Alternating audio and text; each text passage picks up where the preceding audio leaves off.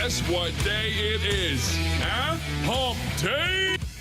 Good morning, everyone. Happy Hump Day. Great to have you with us in the opening drive on 101 ESPN in St. Louis. I'm going to turn my little camera here on our Air Alliance team studio cam. You can find us on the old YouTube. Just type in 101 ESPN STL. 7 o'clock, time check brought to you by Clarkson Jewelers, an officially licensed Rolex jeweler. Brooke Grimsley is moving her camera as well, looking right into it so that we can see your face. Yes, that Good is morning, Brooke. Good morning, CD.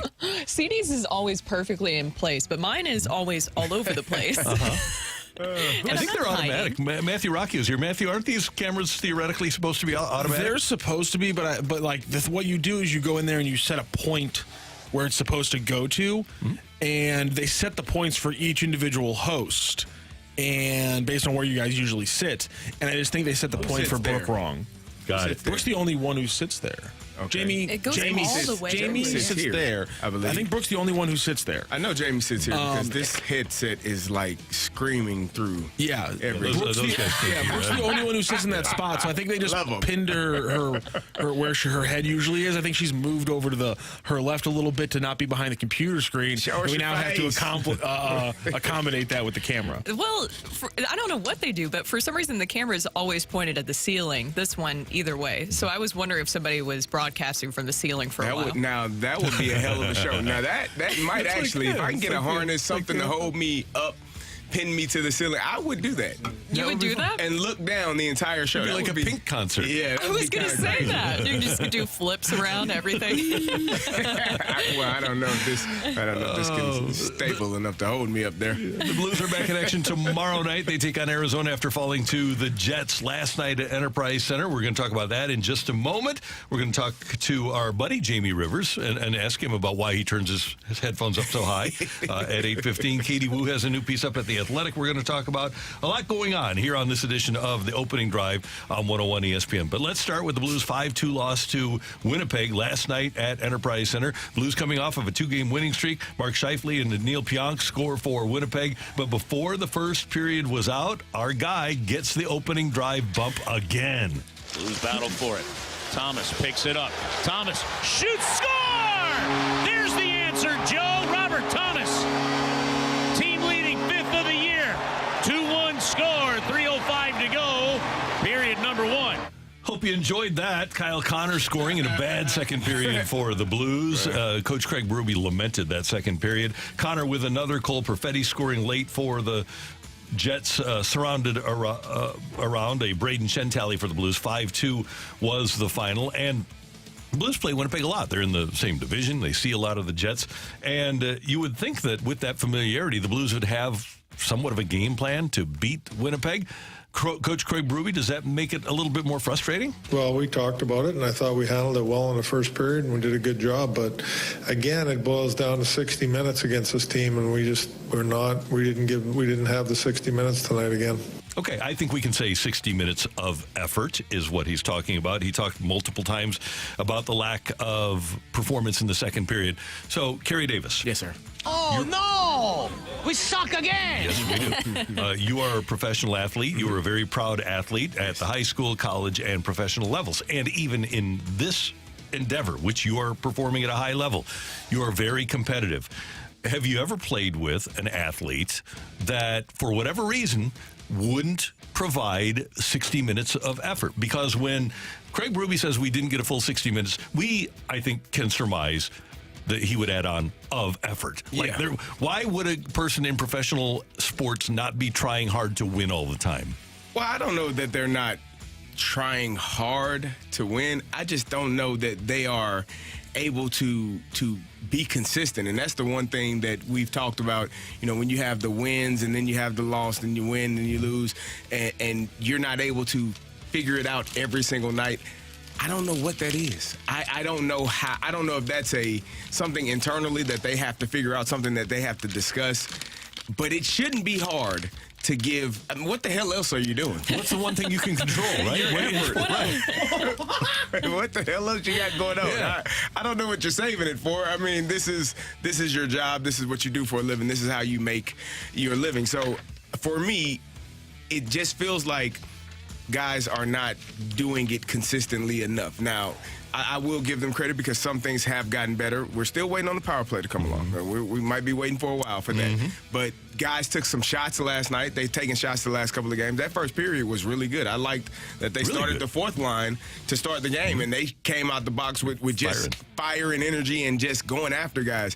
But then you have Buchnevich missing a wide-open opportunity, loses the puck. I think Toro had an extra pass where he was right in front of the net, probably should have taken a shot. Those things, you can fix those things. The things that you really need to dial in on and should never be a question is your effort and your energy. Yeah, I thought it was a good first period where you're carrying over some of that momentum of this weekend. That's what I wanted to see is could they build off of this weekend? Because finally you're having a 2-game winning streak going on. Can we make it 3? Because then you're taking a little bit more seriously. So that momentum was there in the first period.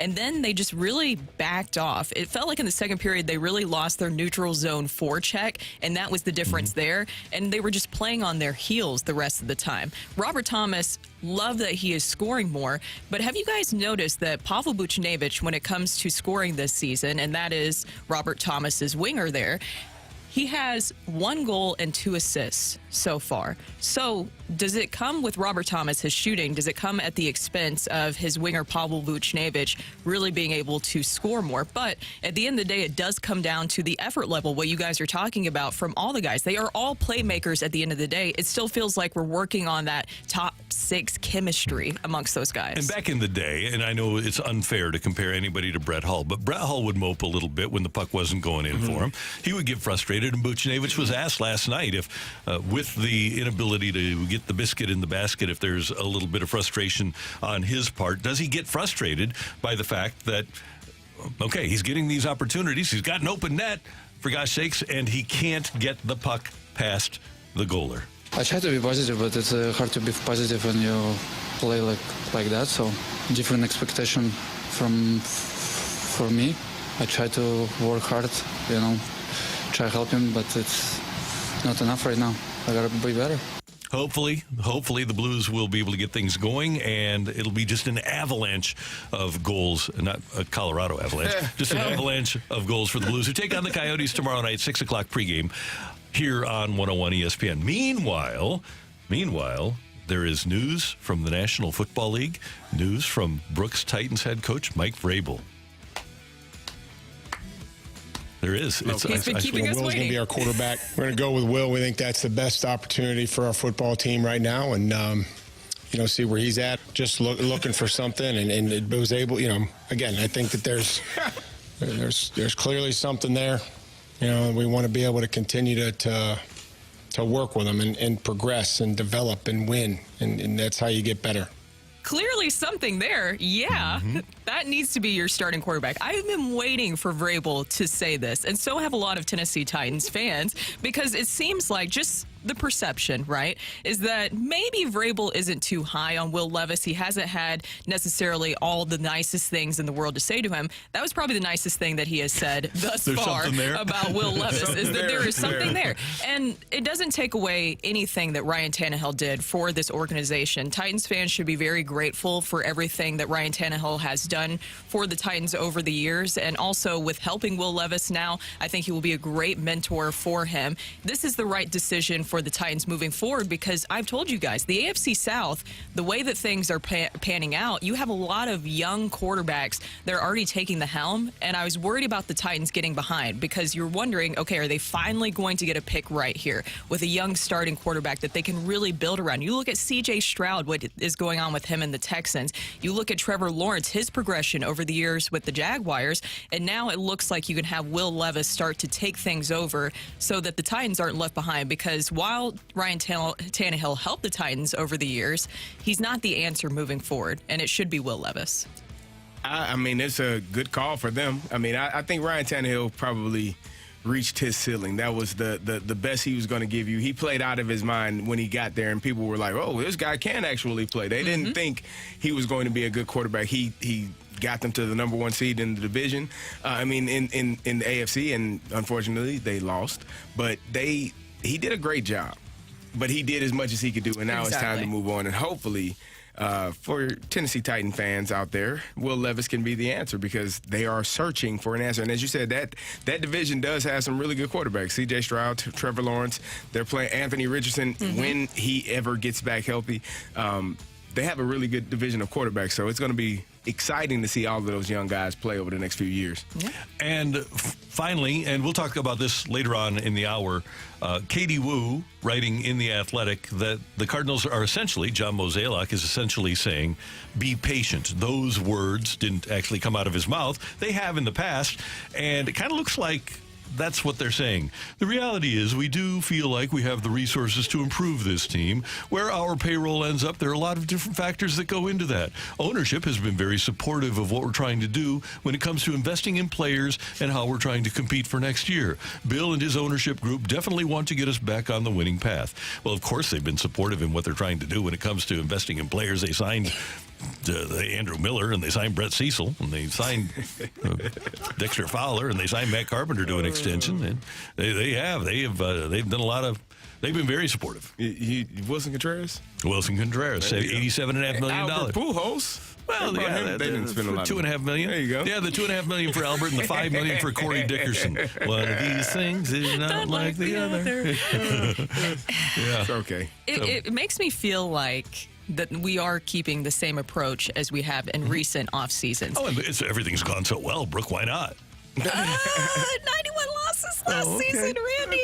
It just feels like it. It feels like they're taking the same approach. And my worry is that they're letting the fear of past free agency mistakes lead them in some of their decisions. And maybe they go out and they make a big trade, and that's what they do here. You do also have to, if you are going to do that, then you also don't have to worry about or think about what has happened in the past. I think that does come into account, of course, because it's going to be painful losing a position player. But if you say this is how we're approaching free agency, then then it looks like you're going to have to go make a big splash via trade, which means parting with a position player. I was listening to Danny Mac on the Fast Lane yesterday, and he was talking about, Nolan Gorman being one of those guys. But if Nolan Gorman is dealing with back issues, which he has dealt with. How long is he there? About a week back. Oh, no. And so Danny was saying, every other team pays attention to that, too. That's something that is a concern. Yeah, he's a power hitter from the left-handed side, but if he's going to be injured, he's going to be a little bit cautious. Teams are going to be a little bit cautious in deciding whether or not to trade for him. So that brings down your I guess what teams would want as well. So it's going to be an intriguing offseason to see how all of this pans out. And we'll touch on this coming up after Ask Uncle Randy. But the thing that gets me is that the Cubs are being really proactive here with their move. They won 83 games, and they decided, you know what, we can get the best manager. So here in the division, you've got a franchise that's being really proactive, and the Cardinals appear, at the moment at least, to be being reactive. We'll talk about that coming up at 7:30. But coming up next, it is almost wintertime, although it doesn't feel like it outside. I have shorts on. No. But it's Ask Uncle Randy time because it's hump day. Matthew is, what are you laughing at? We both got shorts on. I'm so happy. It's going to be 81 degrees in November. I never trust the HVAC in this room. That's why. It always changes. I have a sweater on. Got the hoodie, yeah. There you go. You got a hoodie on. So, Brooke, you'll learn. I'm figuring out. Yeah. I was dressed for warm weather today. You're probably going to be freezing by 8:30. Yeah. So anyway, that's where the weather is, and we've got the holidays. Heck, we're only a couple of weeks away from Thanksgiving, and then the holidays are here. That's right, 2 weeks from tomorrow. Oh my gosh, it's sneaking up on us. us. 9th tomorrow, 16th, 23rd. 2 weeks from tomorrow is Thanksgiving, kids. So here we are. If you have family issues, if you have food issues, like do you like turkey? What part of the turkey do you like? Hey, if you have cardinal issues, and all of us do, text in 314-399-9646, 314-399 YO-HO. Ask Uncle Randy next for you on 101 ESPN.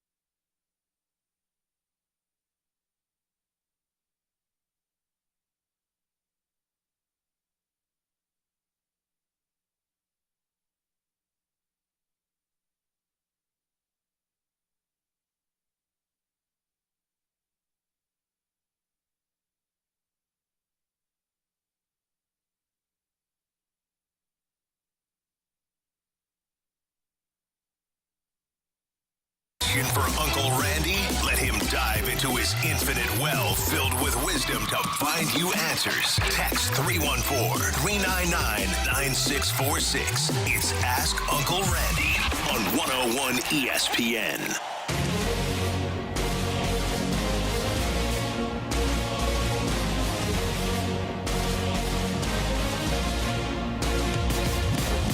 I've been around, you know. It's time for Ask Uncle Randy on the opening drive, one of our favorite segments of the week. You need to text in if you would like an answer. 314-399-9646, 314-399. Yo-ho. Oh, by the way, that should be saved in your phone by now. You should just save it. You can just text us. Say opening drive or drive or Brooke or whatever. You can say things other than Brookie. Brooke. I did used to get called Brookie a lot. And then I met a girl named Brookie. Her name was actually spelled Brookie. With a Y. K-I-E-O. With a Y. Yeah. Mm-hmm. Okay. Interesting. Are you thumbs up or thumbs down on somebody calling you Brookie? Oh, I don't care. Okay. You know, JR calls me Brookie all the time. Okay. Okay, good. He does. If he does. Yeah. How can you be unhappy with anything JR does, though? Exactly. If he says it, then I'm like, yeah, I'm we're good. Yeah. All right, Matthew, what do you got for us here? Dear Uncle Randy, having a problem choosing my best man, I have it narrowed down to two. One I've known my entire life, and another who I'm a little closer to now. Would love your take. I would go with the one that you're closer to now. Now, here's the thing. They're both going to wind up being in your wedding.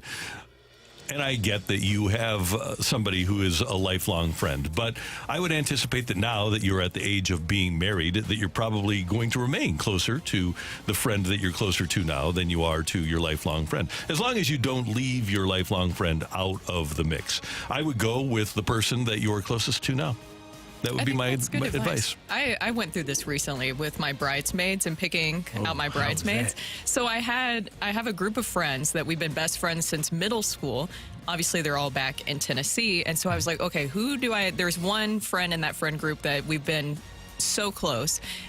But then I also made a friend here in St. Louis, and she was here during the relationship, seeing David and I kind of more firsthand. So I went with her just because she was here more for the David relationship. But I also made sure all of them know that it wasn't like this friend is better than the other. Yeah. They're all special. So we're all on the same page here. You agree, Yes. CD? I agree. Yeah. Okay, good. Yeah.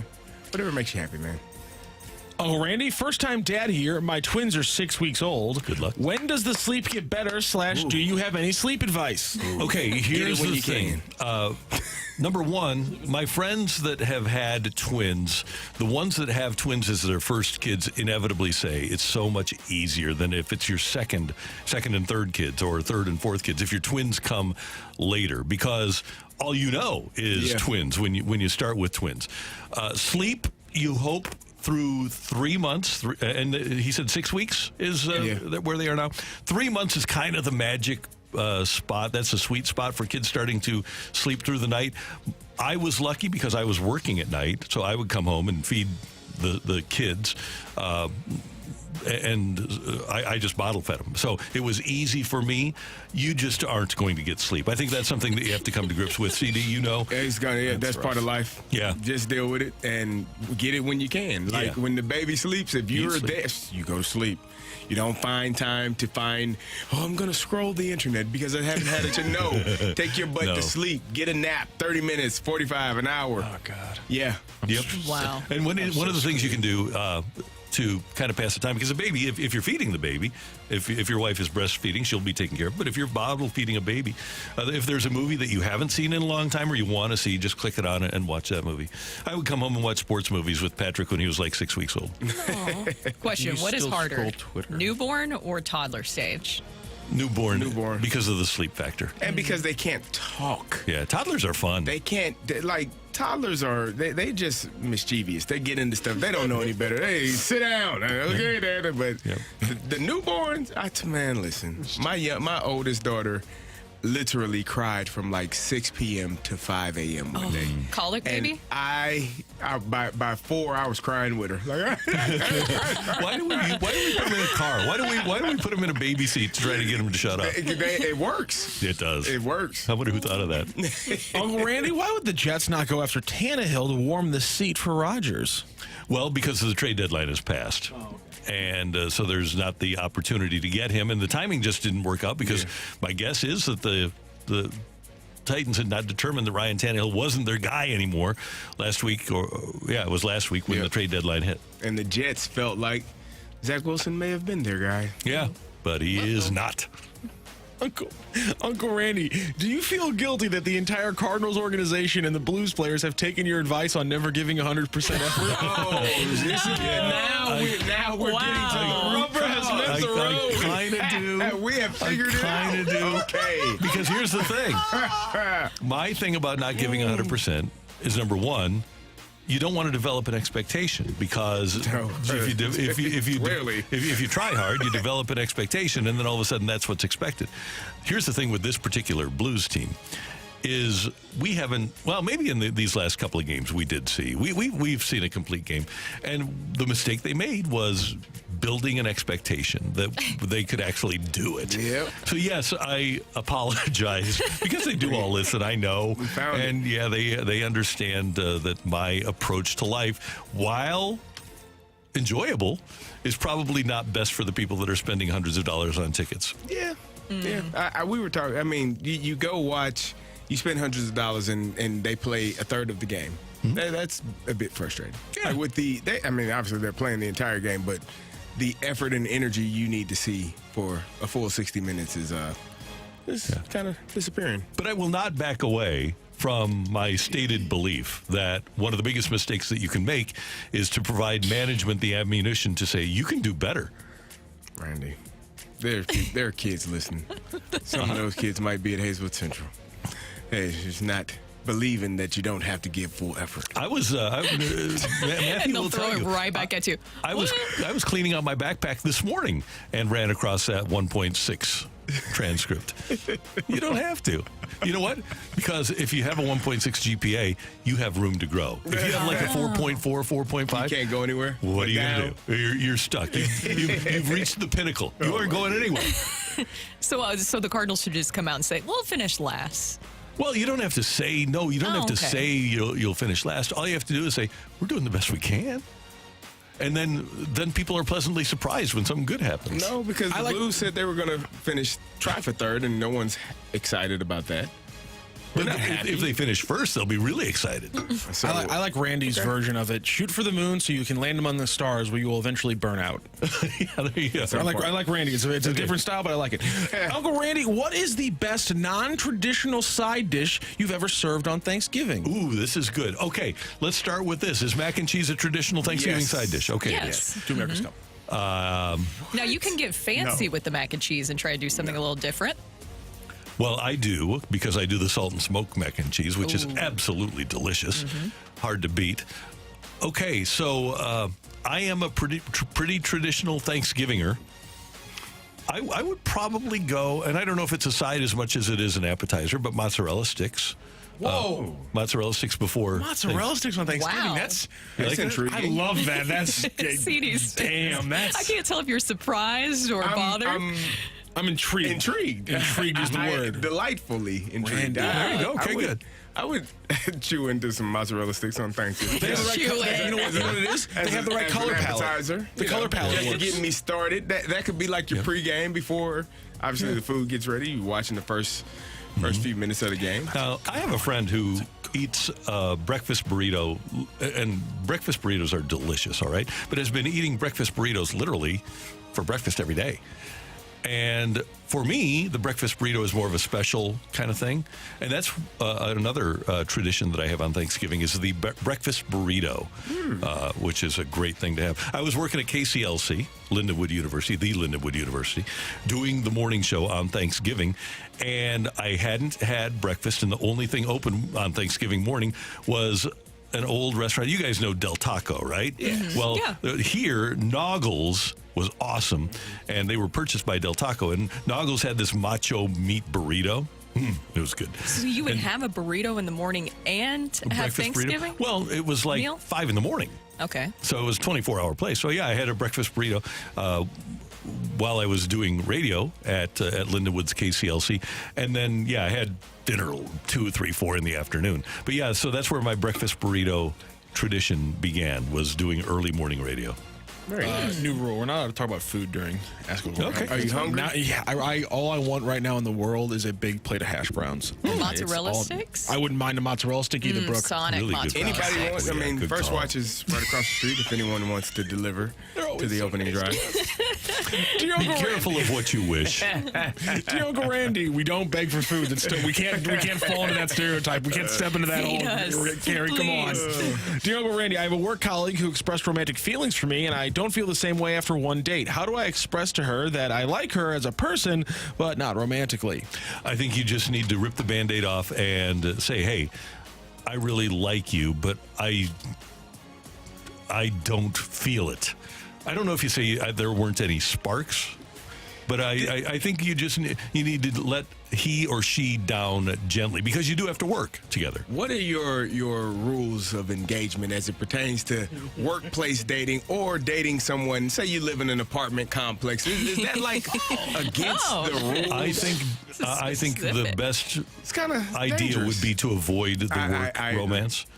I never really thought of the apartment. I've never You lived don't in an want to date apartment. anybody that lives in your apartment. That's a great point. complex. Yeah, because then they can watch you. Don't flirt over laundry is what you're saying. Don't Don't want do to it. I'm just, That's a smart move. See, They know where I you never live. even thought of that. they but yeah. know where you live. Yeah. Yeah, that's concerning. I would say to that guy, just say, look, I kind of thought about it a little bit more. I don't want to get involved with any workplace romance or something like that. Just defer it back to work, so you don't have to say, I'm not interested in you, where it makes it really awkward and tense in the workplace. You could just say, thought about it more. I just don't think that it's good to have a relationship that's in the workplace. We had a Now guy you gotta here find a new job. You just leave and then never talk to her ever again. That's a good way to do it. Ultimate ghosting. we had a guy here who spent an evening with a young lady back at his place, and he felt like this guy. Nah, not much there. Comes home like a week later on a Friday, and she's in his bed. She told the doorman at the apartment that, yeah, he's my boyfriend. Can you let me in? And he did. Oh my God. And then she ran right past the doorman and jumped on the bed. And so by the time this guy got there, she was there. It was kind of weird. And actually, we had her picture up in our receptionist area. Don't let her into the building. Oh, my. Yeah. Wow. We were being stalked. That's scary. Yeah, we did a show together, me and that guy. I have some stories too. Maybe I'll reveal one day. Okay, good. We can make that a segment. Dating horror stories. So be careful of the workplace romance, because you never know when you're going to come home to a boiling bunny. Oh my. Oh, have you not seen Fatal Attraction? It's been a long time. Oh, Glenn Close is brilliant. Glenn Close was the best actress because I loved her so much in The Natural and feared her so much in Fatal Attraction. Mm-hmm. Also, just as an aside, Barbara Hershey shot Roy Hobbs. Spoiler alert, in The Natural. Spoiler alert. So Barbara Hershey was with Bette Midler in Beaches, okay? I love Roy Hobbs, played by Robert Redford. And so I was rooting for Barbara Hershey in Beaches to die. Oh. So that's how good of an actress she is. She elicited an emotional response from me. Can I just say, No longer as a kid, no twist in a movie confused me more than Roy Hobbs getting shot by femme fatale. I remember as a kid being like, I was into this movie. That happens, and I go, I have no idea what's happening. Well, as Ira said to him, you were so young. But I should have seen it coming. Oh, man. I was supposed to see that coming. Greatest movie of all time. Coming up next year on 101 ESPN. It looks like the Cubs are really trying. Do the Cardinals need to take a cue from the Cubs? It's next on 101 ESPN.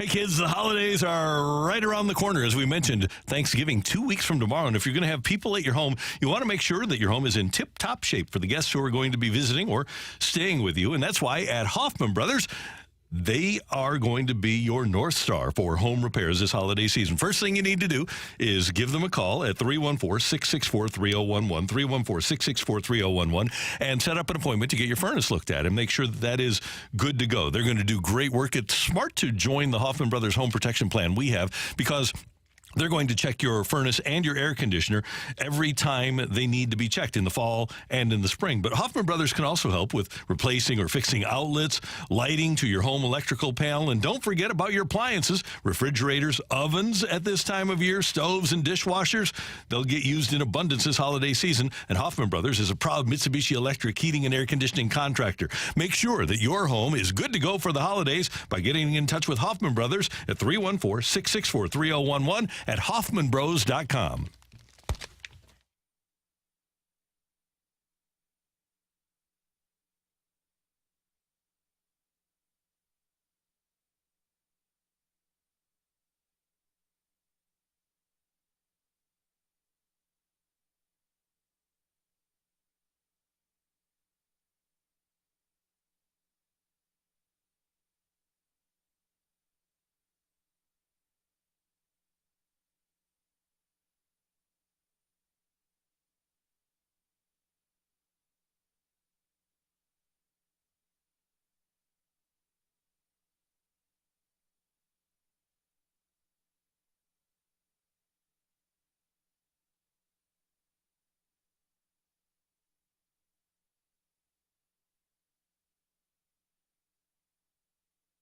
This is Rocky with your Sports Center update, driven by Johnny Londoff Chevrolet and Johnny Londoff Autoplex. The Blues last night get their little winning streak broken up as they fall to the Winnipeg Jets 5-2. They'll be back in action tomorrow, facing off against the Coyotes. You can catch that game right here on 101 ESPN. It'll be a 7 p.m. puck drop, which means the pregame show starts at 6 p.m. Also coming up tonight in college basketball, St. Louis is back in action as they face off against Division II Lincoln from St. Louis as they come just down the road. And also coming up later this week, more college basketball as Illinois hosts Oakland and Missouri hosts Memphis. That is your Sports Center update, driven by Johnny Londoff. Find your road and shop 24/7 at londoff.com and londoffautoplex.com.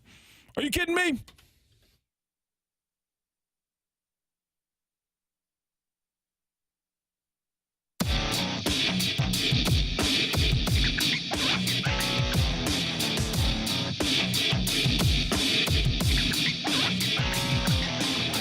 Major League Baseball's offseason is very young, but we have already perhaps had the most stunning move of the offseason with the Cubs replacing David Ross, who on October 2nd they said was our guy. Tom Ricketts, the owner, said Rossi is our guy, and they determined, well, there's a better guy out there. And so Jed Hoyer, the general manager, the president of baseball operations, made a deal, 5 years, $40 million for Craig Counsell. And Hoyer said yesterday at the general managers' meetings, he said, in regards to firing Ross and replacing him with Craig Counsell, he said, quote, "My job is to figure out how to win as many games as we can in the short term and the long term. And there was nothing about this move that I felt like didn't meet that criteria."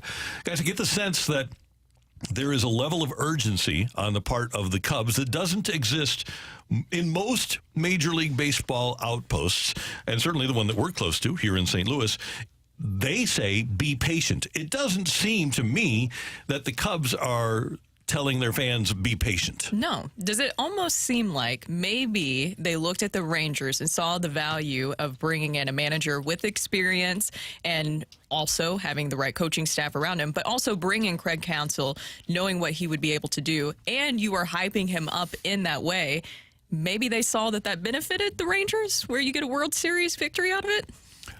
I think that's a possibility, but it seems like Hoyer was thinking about this in October, but thought that Counsell was going to re-sign with Milwaukee. Didn't think he'd have a chance at the guy. And this just came up. Right. That free agent winds up being really a valuable free agent. And here's what Hoyer had to say about having a guy like Craig Counsell in your employ. You know, from afar, he's always someone I've admired so much. I mean, going back to 2017, his teams every single year overachieved. I love the style of baseball they played, and it felt from afar like there was no weakness as a manager. He was good in the clubhouse and well respected. He managed the game incredibly well. He handled the media very well. So all those things I've sort of from afar always really admired. And I always kind of use the Bum Phillips quote about Bear Bryant, which is, he would take his and beat yours and yours and beat his. He just felt like he was really good at figuring out how to get the most out of his teams. So, when he became a free agent and there was a possibility, it's certainly something you had to think about, because it's pretty rare for a guy that's at the top of that list to ever become available. And let me add one quick thing to what he said, because this is with all respect to Ollie Marmol and his staff, who don't have much experience.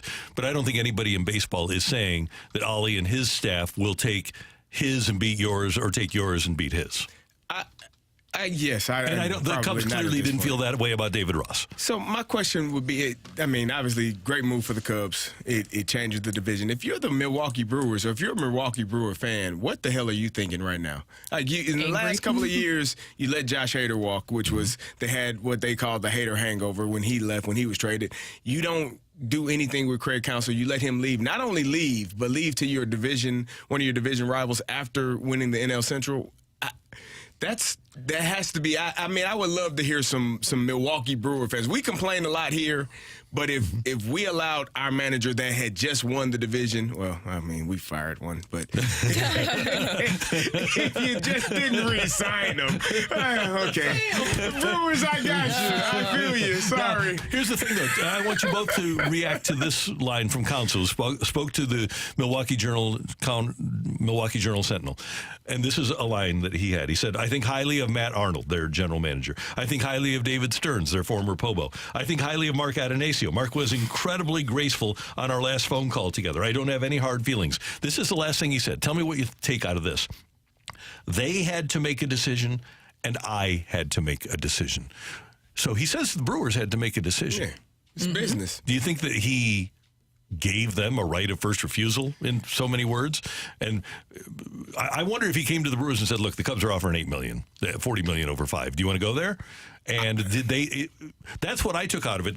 That was the decision they had to make. I think it could have meant that they had to make a decision. They had an opportunity to make the decision first, and they didn't.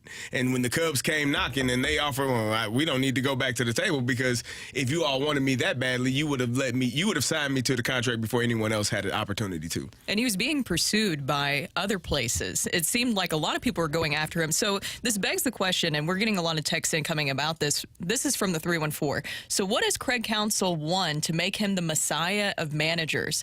He never won one as a player and has never won anything as a manager. I would say that he has. And if we just go back to this offseason, or the last 4 full National League seasons, the last 4 full National League seasons, not counting the COVID year, the National League's lowest seeded playoff team, this is the randomness of baseball, has played in the World Series.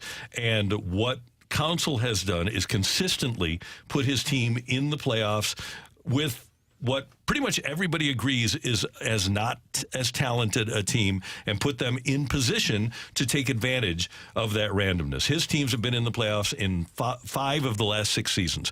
You can't make the World Series unless you're in the playoffs, and that's what Counsell has been able to do. Now, there's also been a strong belief that they are an analytically driven team in Milwaukee. And it'll be interesting to see, now that he is the guy and is going to be managing evidently on his own. You don't pay somebody $8 million to have a 2:00 meeting and go paint by numbers. It'll be interesting to see if he was a product of the Brewers system. But what makes him attractive is that he has taken less talented teams and taken them to the playoffs and given them an opportunity. Nobody thought that the Diamondbacks were going to be in the World Series this year. Nobody thought that the Phillies were going to be in the World Series last year. Not many thought the Braves were going to be in the World Series the year before that. Not many thought the Nationals would be in the World Series the year they won it in 2019. So that's what the Cubs are banking on, is him being able to win the marathon and then the sprint taking over. What does this mean for the Cardinals? If all of the teams in your division are trying to get better or working to get better, where do we land? Can this city sustain another finishing 5th in the NL Central, No. 20 games under 500. No. It's not possible. And what they need to do is give Ollie and his staff a team that is kind of manager proof and coach proof, because I think we saw last year very few players on the Cardinals got better and ascended.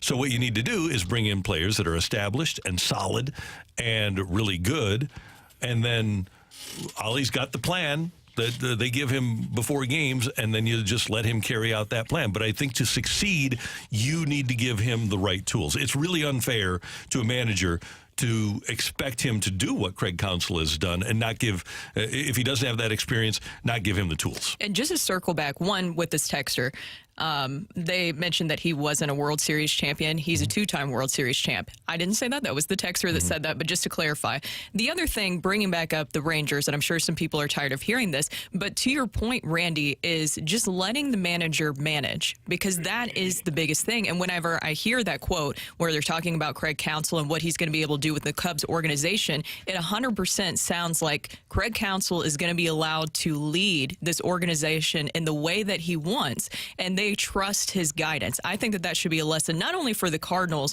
but for all the other teams in the league. And if you look at this year in the postseason, let's just look at the two division series, or the championship series. You had Bochy against Dusty, experience versus experience. You had Rob Thompson, heavily experienced, and Torey Lovullo, who has been managing for a few years, but spent years in Boston as one of the most sought-after coaches in the sport. And you had several other people that were in the playoffs. Brian Snitker has been a manager or coach for 40 years in the Braves organization.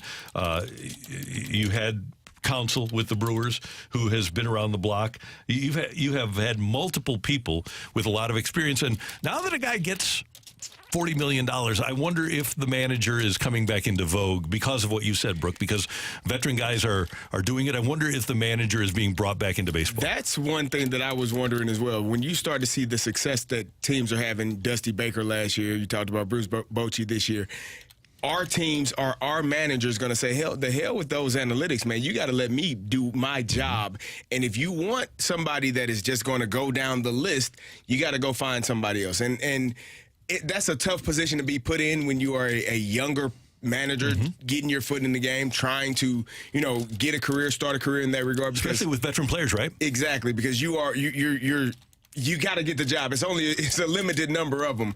But those veteran guys, those guys that have been around, that understand what it takes to win, you're not going to force analytics on them. And then you're going to have the situation where you're bumping heads. And then you have to have philosophical differences and remove a guy. Yeah, that's and by the way, it seems like he is going to be the Padres' next manager. Guilty? Yeah. Good for him. There you go, Coming Wayne. up on 101 ESPN, we've got Take It or Leave It. Get your text in 314-399-9646, 314-399 YO-HO. Tioli next on 101 ESPN.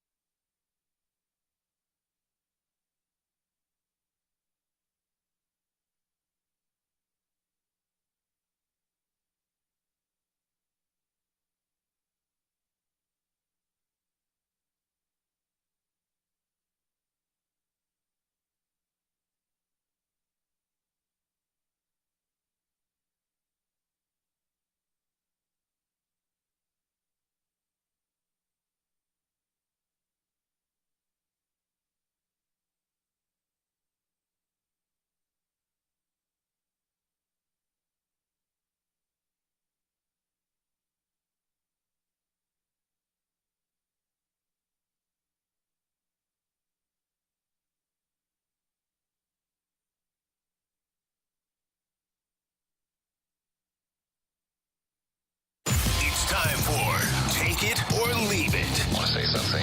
We put it out there.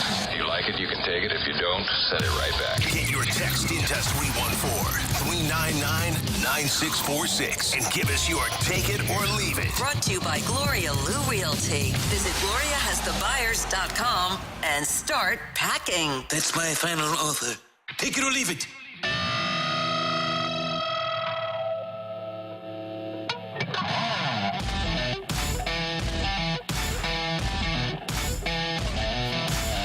Time for Take It or Leave It. Brooke, Carey, Matthew, and Randy. Brooke, you mentioned that it looks like Mike Schilt is going to get the Padres job. Take it or leave it. Padres left fielder Tyler O'Neill is an all-star in 2024. Oh, man. Don't. They trade Juan Soto to the Yankees, get Tyler O'Neill to play left. I'm going to take it. Gary. I'm going to take it. I am too. That would be the wildest thing on earth. I'm going to take it. How Schilt is the manager there, let's say it, and they perform extremely well. How does that look for Jose Locke here? Not great. Okay. So that goes into my take it or leave it. Take it or leave it. The Cardinals finish in last place again in the division. John Mozeliak does not see 2025. I'm going to take that. Ooh. Of his own choosing, by the way. Okay.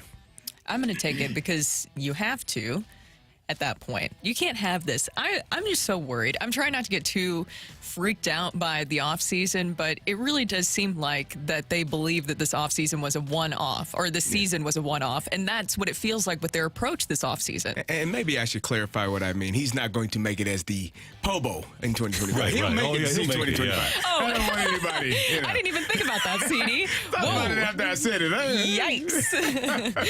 Tell you, in conclusion, I think you might want to go back to the drawing board. Yeah, apologize, Mo.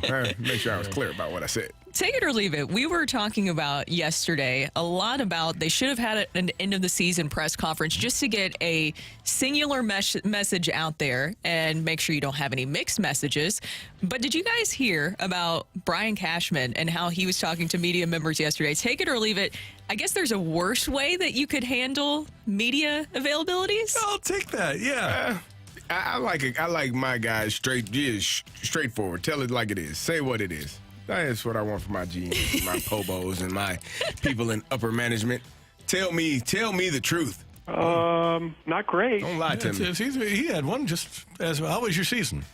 Yeah, Brian Cashman saying, we have the smallest analytics department in the American League. Y'all was talking about. Yeah. Because the question was being asked if they're being driven by analytics. And so he got very amped up with that question and said, well, we have the smallest analytics department out there, essentially. I was like, I don't know if that makes anybody feel better in that situation. He also Something should be different. I'm proud of our effing people, all the different stuff. There was a lot of cursing. He was all over the place. I want him to represent me.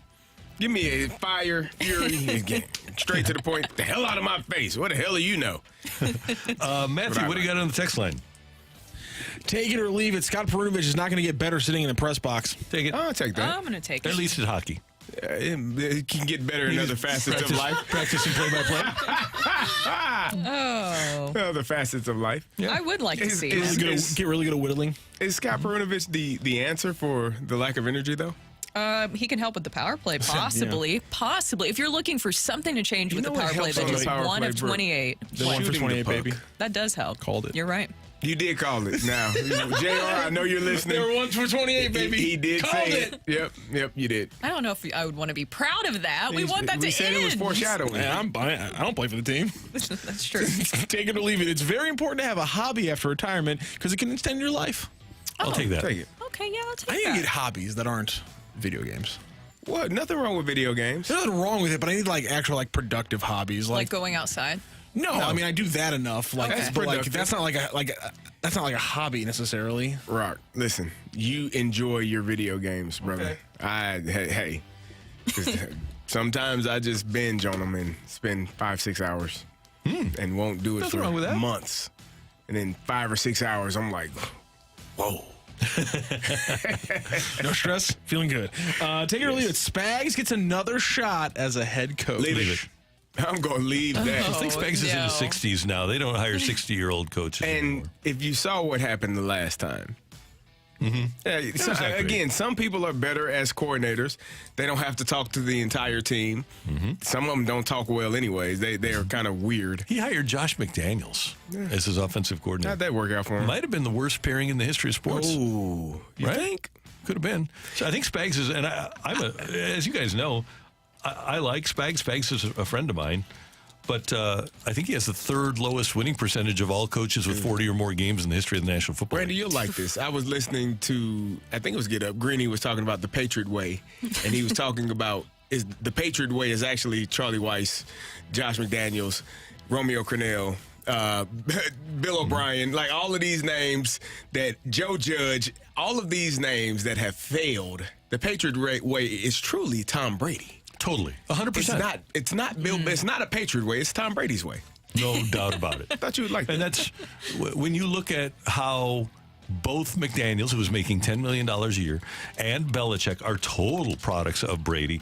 How much money has Tom Brady made people without even trying to do it? Yeah. Just playing the game. I mean, the videographers alone. Yeah, right. Good point. Take it or leave it. Both the Blues and City reached their respective finals before the Cardinals reached the World Series. Ooh, good. I'm going to leave it. I guess final.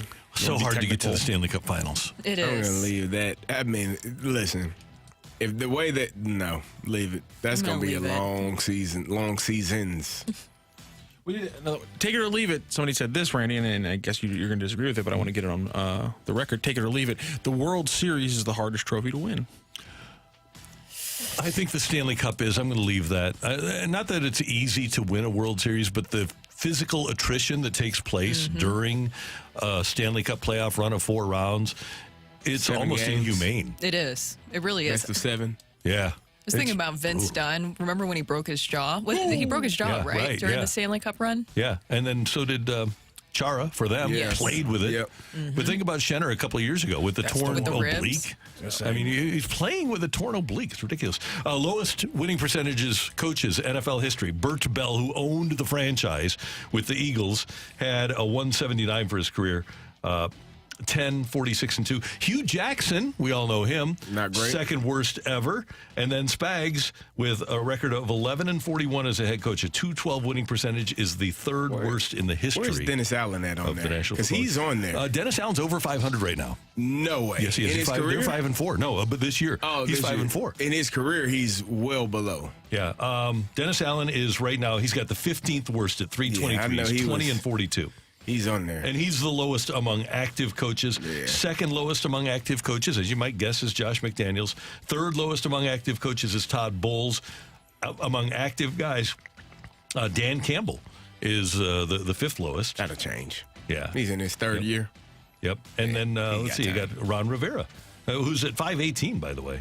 Not bad. And one other note about Belichick, we always used to joke about how Spags had, or not Spags, but Jeff Fisher had the most losses in the history of the league. He got fired before the Rams had let him. If Belichick sticks around, actually, maybe by the end of this season, he could surpass Jeff Fisher. He could wind up with the most losses of any coach ever. Yeah, you're talking about firing him after the next game if they lose. Yeah, They play I the don't Colts know this week. Yeah. Yeah. Thank you, Matthew. Thank you, Randy. And thanks for your texts. Always good to get. Just be honest. You want Bill Belichick to retire until he accidentally stumbles upon another good quarterback and wins some games again. Well, it wasn't that tough for Joe Gibbs, was it? A good coach. He won 3 Super Bowls with 3 non-Hall of Fame quarterbacks, different guys. So Gibbs was way better than Belichick. Damn right. There you go. Coming up next on 101 ESPN, Katie Wu doesn't see the Cardinals going for the big name in free agency. So what package or pairing or group would make up for missing out on Nola and Yoshi? That's next on 101 ESPN.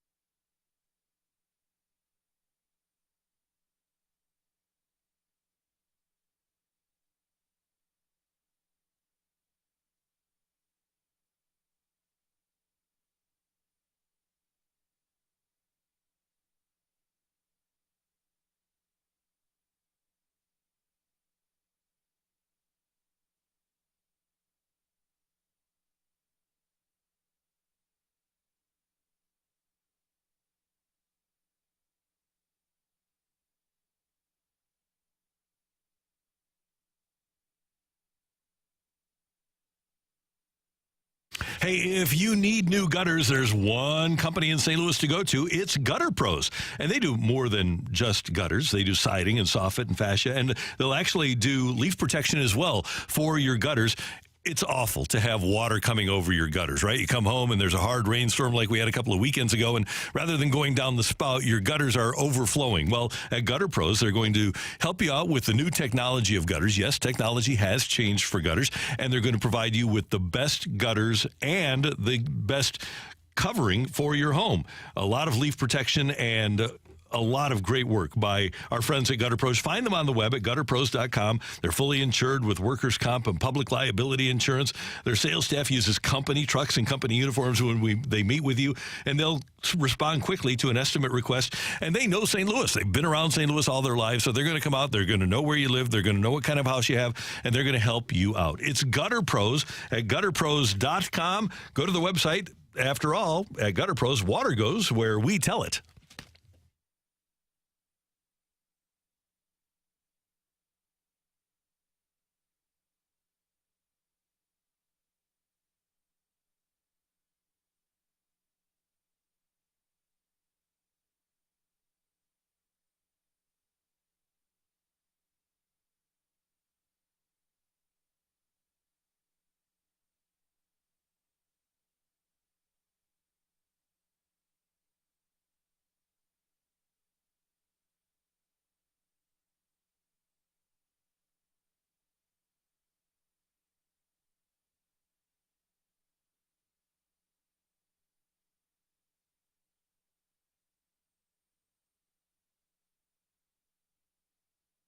Top stories. It's the Opening Drive's Fresh Take.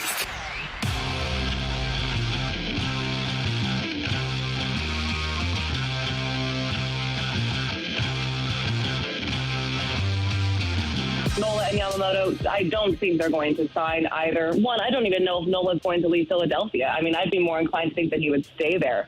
I still see the Cardinals as the best suitors for Sonny Gray.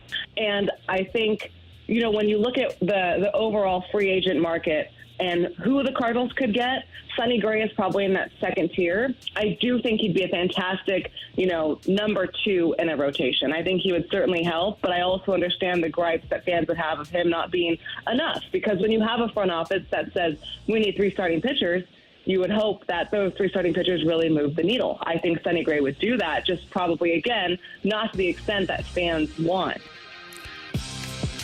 That is Katie Woo of The Athletic joining us yesterday here on the Opening Drive on 101 ESPN. 8:05 time check brought to you by Clarkson Jewelers, an officially licensed Rolex jeweler. With Brooke Grimsley and Carey Davis, I'm Randy Karraker. And here's one thing that I think that we need to look at in terms of being realistic now, okay? No doubt that Sonny Gray has been a really good pitcher in his major league career. He has pitched for Oakland. He pitched 2 years for the Yankees, and by all accounts up there, even according to himself, just couldn't handle the pressure. And then he pitched very well for Cincinnati and Minnesota. Have the Cardinals become the A's and the Reds and the Twins? Is that what we're excited about now? Is a guy that was good for them? Don't say that, Randy. I'm just wondering. I don't think that's what we should be. That's not what. But no. Is that what they're striving for? Because Sonny Gray, while a fine young man, and he's 34. Okay, well, for me, that's young. Okay. And he does have a 98 and 85 career record with a 3.47 earned run average. But he is not a front of the rotation guy. He's not Jordan Montgomery. Mm-mm. And Jordan Montgomery, like a lot. I'm not saying that Jordan Montgomery is not good. Jordan Montgomery, my point would be that if you're going to make a choice, sometimes you got to throw the money thing out the window if you're really trying to win. And you take Montgomery over Gray every day of the week and twice on Sunday. I look at, like Katie does, Sonny Gray as 2, maybe a 3. But if Sonny Gray is your guy this offseason, you really haven't substantially improved yourself.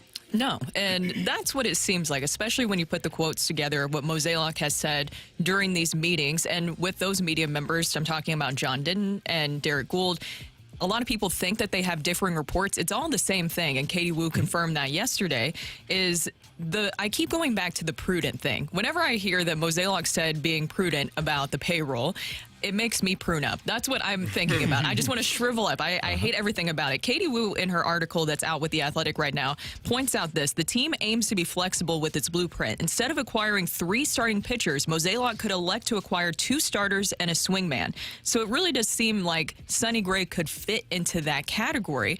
And Mozeliak also mentioned several times volume when it comes to acquiring pitchers. Jerry. Volume, which having depth is important, but that also means that these younger pitchers are going to be coming into play. So say that you get a Sonny Gray.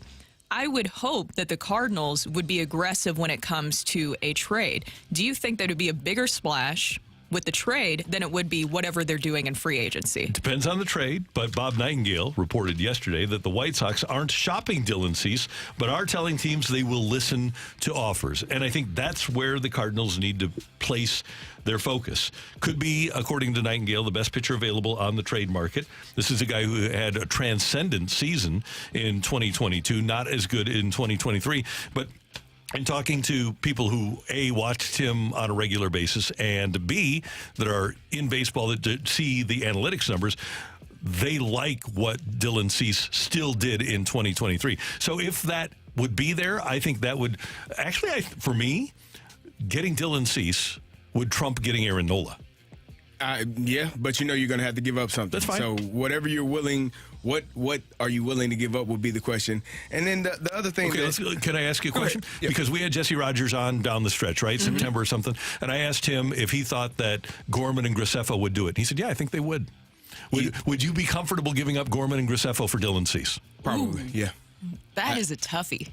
I mean, I haven't seen Graceffo, so I haven't seen. I don't know. Let's look at history. Let's look at if he can play or not. He might be Sandy Alcantara. He might be right, but he might be Johan Oviedo. And Nolan Gorman might be the next best left-handed power hitter we see. He could wind up being Kyle Schwarber, or he could be injured from here on out. Who knows? You never know. You never know. So I do agree. The issue that I had, Katie Wu said, Sonny Gray is probably a number 2, which means where the hell is the number 1 going to come from? She doesn't believe that Nola or Yamamoto are options for the Cardinals. This is going to be something. The issue and the thing that scares me most is what I've said all offseason, towards the end of the season. When Dakota Hudson was performing well, when Zach Thompson was pitching well, when Matthew Liberatore was doing a good job. You know what, fellas? we may not have to go get those 3 starters. We may have them here. And we got a couple of guys down there in the minors that are going to be really good. So that's my concern. If you go in that direction and these guys don't pan out and you don't spend any money in the offseason, and then you see Aaron Nola have a hell of a year. You see Blake Snell have a hell of a year. Sonny Gray, if he's here or not, he has a hell of a year. And you're looking at yourself and you're scratching your head saying, why didn't we go get any of these guys? Why didn't we attempt to go get any of these guys? Because we had 6 starters and we thought that the guys that we had on the roster were already good enough and they were going to get it done. That's my concern. I do believe one of these young guys could be a 5th starter. I do believe that some of these young guys can be bullpen arms that can help you. But I also believe you need to go out and get a true number 1 and possibly a true number 2. And that's what I believe is a successful offseason and what I believed and hoped that they were going to do, because this season was different. This is not a typical Cardinals season. It's not a one-off, in my opinion, because there was a lot of signs that led to this point. And so I was hoping that their offseason approach would also elicit that same sense of urgency of understanding that this was not a typical season. We need to have a different offseason. But what scares me, and to what you're saying, CD, is that it does look like we're taking that same approach. I want them. To me, a successful offseason is getting one of those top-tier starting pitchers that are available. And to Katie's point, I don't think Sonny Gray is considered that. I think he's in that second tier. And let me give you one other quote here from the Bob Nightingale story. And he writes about all the teams and about the offseason. But he writes this about the Cardinals and specifically John Mozeliak. Quote, "He's really, really motivated," one GM said, "more than at any time I've been around him." So hopefully that will prove to be the case and the motivation will result in results, because as was noted by Bob Nightingale, Mozeliak told him, The Cardinals were completely embarrassed by their 71-91 season. And Mozeliak has vowed to other GMs they won't let it happen again. Prove it. Prove it. That's the way. Don't tell me about it. Prove it. Let me see through action that you are really embarrassed, that you were really embarrassed by losing 91 games and finishing 20 games under 500 and finishing 5th in the division. Prove it. Okay, they go into next season. They don't get 3 starters, but it's Cease and you give up Gorman and Graceffo, but you've got Cease and Sonny Gray as your front of the. You're in a better spot than you Michaelis were. and Zach Thompson. You're in a better spot. Steven Matz, probably. Yeah. I feel a little bit better. You're in a Yes. much better spot. Well, and also then you're looking ahead to the future. But I would be interested to know, because I know that we're going to keep touching on this throughout the day, for people to text in, what would you think would be a satisfactory off-season starting rotation for the Cardinals? If they're going to go out and get 3 pitchers, 2 pitchers, we want to be realistic, because I think it's very clear that Yamamoto and Nola are out of the conversation. But what is a realistic projection? What would make the fan base happy for the Cardinals to do? Good question. That's Brooke, that's Carey, and I'm Randy, and that is today's Fresh Take on 101 ESPN. Coming up, we're going to talk to our buddy Jamie Rivers about your St. Louis, his St. Louis Blues, next on 101 ESPN. There he is.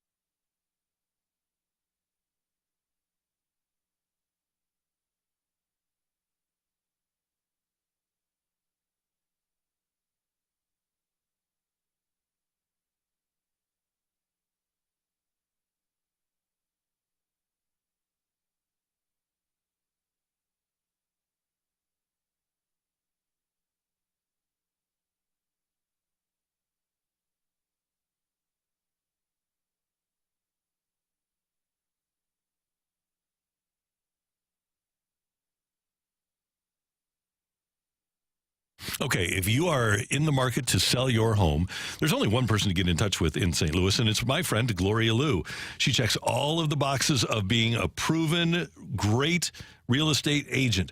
She is the owner of Your Home Sold Guaranteed Realty, and Gloria knows that as a homeowner and a home seller, you need assurance, and that's why Gloria will guarantee to sell your home at your agreed-to price and time frame, or she'll buy it. Gloria's been successfully selling homes in our area for 20 years, and she can do the same for you. She's got all kinds of different options, like different ways to sell your home, solutions for every type of home seller. For sellers who want a fast sale with no hassles, well, Gloria's got a 24-hour cash offer solution. It's a great option to consider. No showings, no costly repairs, and you pick the closing date. You always get the highest cash offer bid from Gloria's database of buyers in what she calls her cash offer bid box. She is the best in the industry. She will help you sell your home. 314-325-6888 is Gloria's number. 314-325-6888, or visit GloriaHasTheBuyers.com.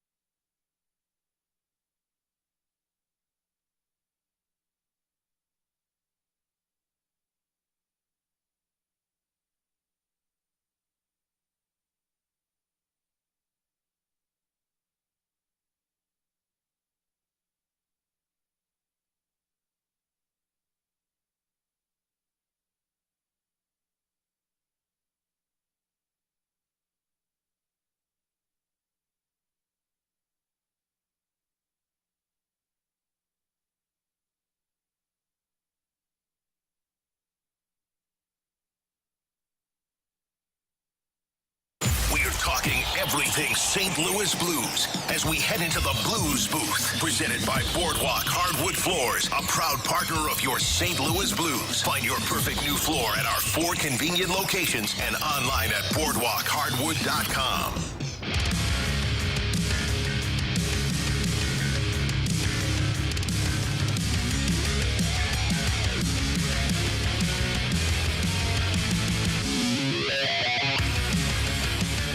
Brooke Grimsley, Carey Davis, Randy Karraker, the opening drive on 101 ESPN. And we go to the celebrity line. Our friend Jamie Rivers, co-host of the Fast Lane here on 101 ESPN. And, of course, your analyst for Blues hockey on Bally Sports joins us. Rivs, good morning. How you doing? I'm good, guys. How you doing? Good. Tell us how you answered the phone for Matthew. This is very funny. I said, what do you want? Perfect. He needs that because he calls you up. He's just so giddy in the mornings, and so he needs that kind of knockdown at some point. Yeah, you got to keep him in the line. I'll tell you that much. Oh, no. Well, last night, of course, not what you want to see when they were able to build up 2 wins. What was your biggest takeaway, Jamie? Because obviously the missed opportunities were a huge talking point. Yeah, missed opportunities were part of it. You know, early in the game, you have an opportunity on the power play to score a goal, and Pavel Buchnevich just gets denied by a stick from the defenseman coming across in the open net. That kind of sucked as a moment that you should have taken advantage of. But then also special teams. Again, the Blues power play just not able to get anything done, and then they give up 2 on the penalty kill, which had not been the case for the last 4 or 5 games. They've been very solid on the penalty kill. And that kind of was the story. That kind of created the gap in the game, and from there you're chasing the game. And once the Winnipeg Jets got up by a couple of goals, they play a real lockdown system through the neutral zone. It's hard to penetrate from that point on, and from there, you're swimming upstream at that point, and the Blues just couldn't catch up. Jamie, we're 11 games in now, and the Blues have 1 power play goal. And I think this is enough time, probably enough of a sample size to determine what the issues are. Is it a personnel issue? Is it a schematic issue? Why is the Blues power play so ineffective? For me, I think it's just a mindset issue. I think that they pass the puck around and they pass up the opportunity to shoot the puck a lot. Now, I do think last night was better. They didn't score off of it, but they did establish a shot out there. And by establishing the shot, they did get that opportunity that Pavel Buchnevich ended up with, a wide open net. And, unfortunately, the Winnipeg Jets defenseman did a great job of covering that. But, early on, I just think they're passing it around too much without a purpose. I do feel like they have a purpose now, but because of the early games where they didn't generate anything, unfortunately it's carried forward to where now you're looking back and it's like the whole body of work rather than just a sample size of, they had a bad stretch of games. This has been a bad stretch of the season. The entire season has not been great. You scored 1 power play goal. It's just not enough. In a league that calls penalties frequently now, where you get multiple opportunities in a game to score a goal with the man advantage, and you've only got 1 goal, it's just not good enough. So I don't know. Like I said, I like what they've been doing lately. A couple of good passes and then the shot, but they're so far behind the 8 ball now. It just feels like no matter what they do, it's not enough. And that can get the teams, too. That can get to a power play to where they know the numbers. They know what's going on. And so for the coaching staff, I think the biggest challenge is trying to segment these things out a little bit to say, look, our first 3 games, we didn't do much. Our next 3 games after that, we established more opportunities. And then in our last 3 games was our greatest segment yet, to where we established a lot of scoring opportunities. We established a lot of shots. So I think that's the only way you can try to keep this power play going and keep the confidence going, because otherwise, man, that 1 goal just doesn't look good. Jamie, I thought the first period was really good. I mean, they had the opportunity on the power play. I thought that was really good, but they just didn't score. Craig Berube said that they didn't do things quick enough or hard enough in the post-game conference in the second period. Why is it that you get the highs and the lows of this team? What is it that they need to do to be more consistent? Well, I think the biggest thing with this team is they have to play heavy on the forecheck. And all that means is they have to get pucks into the offensive zone. And when they get themselves in trouble is when they get a little too fancy, a little too east-west in the neutral zone. And what happens there is you end up turning the puck over, or it ends up just where you create turnovers for the other team. And it gives the other team momentum at that point to play offense. And that's what happened last night was you spent most of that second period defending, and this shouldn't be the case. I mean, the Winnipeg Jets, yeah, they were 1 point ahead of you in the standings. Now they're 3 points ahead of you in the standings. But that's a team that you're equal or better than. And I know, I don't care what anybody says. That's a team that, you win one, lose one against this team. That's the way it should be. So you shouldn't be dominated that much in one period of the game. Yet the Blues were. The second period, they weren't executing good passes on the breakout. The neutral zone was kind of sloppy. And that's what happened, is Winnipeg capitalized on those turnovers and then went to work offensively. And when they got in the offensive zone, they spent long stretches of time in the offensive zone, which means you're defending and you've got the long change. And so when that happens, it's tough because you really can't manufacture any kind of energy or any kind of momentum when you're defending and you're tired. It doesn't look like a physical thing to me. Obviously, these guys are talented. They made it to the professional ranks. They're NHL players. It feels like it's a mental thing that when they get down, they just don't keep pressing forward. How do you instill that in them that no matter what, you got to keep going even when it's not looking great? Yeah, that's a tough thing to do. Obviously, I think that's an individual thing. And I don't think this team has quit in them right now. I really don't. I'm watching. There's pockets of games where it doesn't look pretty, but it doesn't mean they're not trying. And so for me last night in the second period, it was more of an execution thing over an effort thing. And in the third period, you look at the team again. They came out hard. They're looking to press again, looking to try and catch up. They got to the point where Braden Shen scores a nice goal. They're able to pull the goalie. I know it didn't work out to their advantage, but honestly, Carey, I haven't seen this team kind of roll over yet. Mm-hmm. And, that's a good thing. Like last year, there were times where you looked at it and you're like, okay, it's clearly a team that, understands that we're trading off players. This is a lost season. And, you could see some of the body language at the time. This team here is still fighting. Just because you don't play well all the time doesn't necessarily mean you're not working hard. It's just that they're not executing properly. Jamie, does it feel like they're still looking for some chemistry amongst those top six forwards? I know that Berube, of course, the lines don't matter, but it still feels like they're searching for that chemistry amongst those top six. Yeah, I think they are a little bit, but then, you know what, Brooke, you go back to the last two games, New Jersey and Montreal, which were two pretty good teams. I think most people would say they had some pretty good chemistry in those two games. So, I think it's a game-to-game basis sometimes on how it works, but even to start last night, there was chemistry. They were getting scoring opportunities. They had the Jets on their heels at times. If you go through the lines, each line had a scoring chance, including the fourth line, which started the game, Sundqvist, Blais, and Neighbors. So I thought they, for an identity line or a fourth line, whatever you want to call them, I thought they had a real strong game. They got in the offensive zone. They had some sustained offensive zone time of possession with the puck. So I don't know if it's chemistry that's the problem right now. I think that when you look at things, sometimes you have to take a step back and look at the last 3 or 4 games and say, okay, how is the chemistry of the lines? And I think overall the chemistry was fine. It's just that last night you hit a second period that wasn't your best period as far as execution and creating any kind of offensive momentum. And you also gave up 2 power play goals. That's the story. For me, that's the game last night, is those two things. Finally, Jamie Rivers. The long national nightmare is over. Last night, the San Jose Sharks finally won a game. They beat Philadelphia 2-1 after their 0-10-1 start. Congratulations to the Sharks.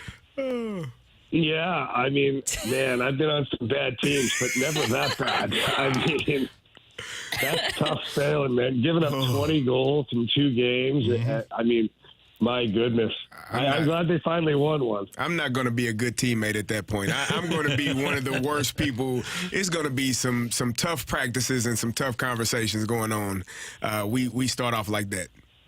Yeah, but I'll tell you what, Carey, they better pace themselves, because I think this season is going to look a lot like it has already for the Sharks. If that's the case, I mean, there won't be anybody left alive on the island at the end of the day. No doubt. Ribs, have a great day. We'll be tuned in for the Fast Lane this afternoon, and then tomorrow for the Blues and the Coyotes on Bally. All right, thanks a lot, guys. Take care. Thanks, Ribs. Jamie Rivers, our Blues analyst for Bally Sports and, of course, co-host of the Fast Lane on 101 ESPN. Coming up, we've got the fight. Stick around. It's coming your way on the opening drive on 101 ESPN.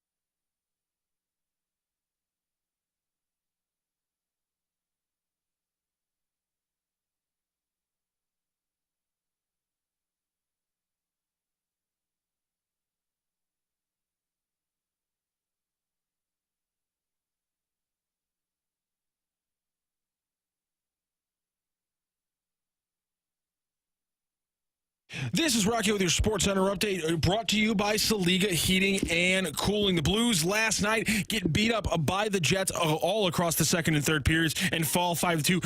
Robert Thomas, a bright spot on the Blues right now, though he did score a goal in the first. He now has a goal in 4 straight games. Blues look to get back on the winning side, and Thomas will look to extend that streak to 5 games when they face off against the Coyotes tomorrow night. You can hear that right here on 101 ESPN. Puck drop at 7 p.m. Pregame starts at 6 p.m. That is your Sports Center update, brought to you by Saliga Heating and Cooling, an independent American heating air conditioning dealer.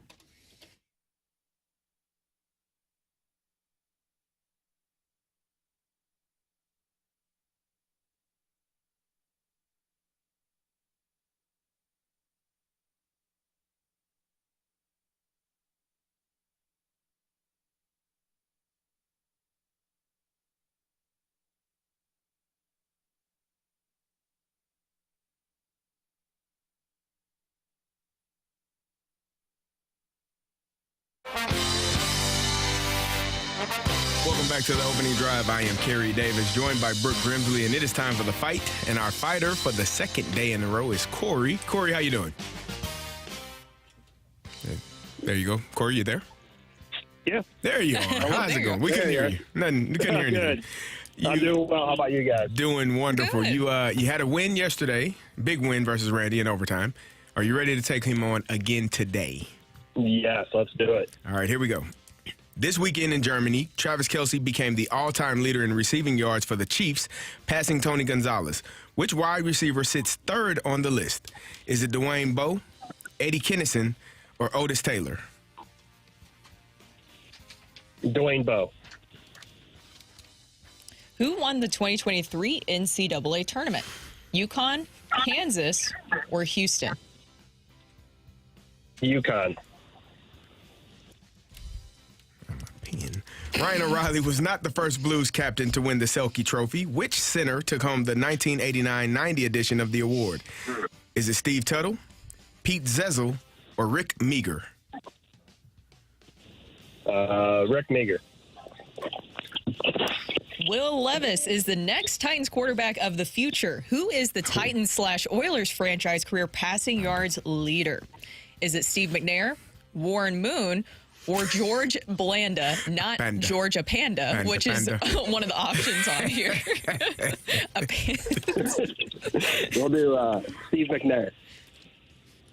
All right, we're going to go double-check our score, and then we will bring in Randy Karraker. Corey, how you feel? Oh, man. Same about yesterday, about 50-50. Well, you know, they give you a chance.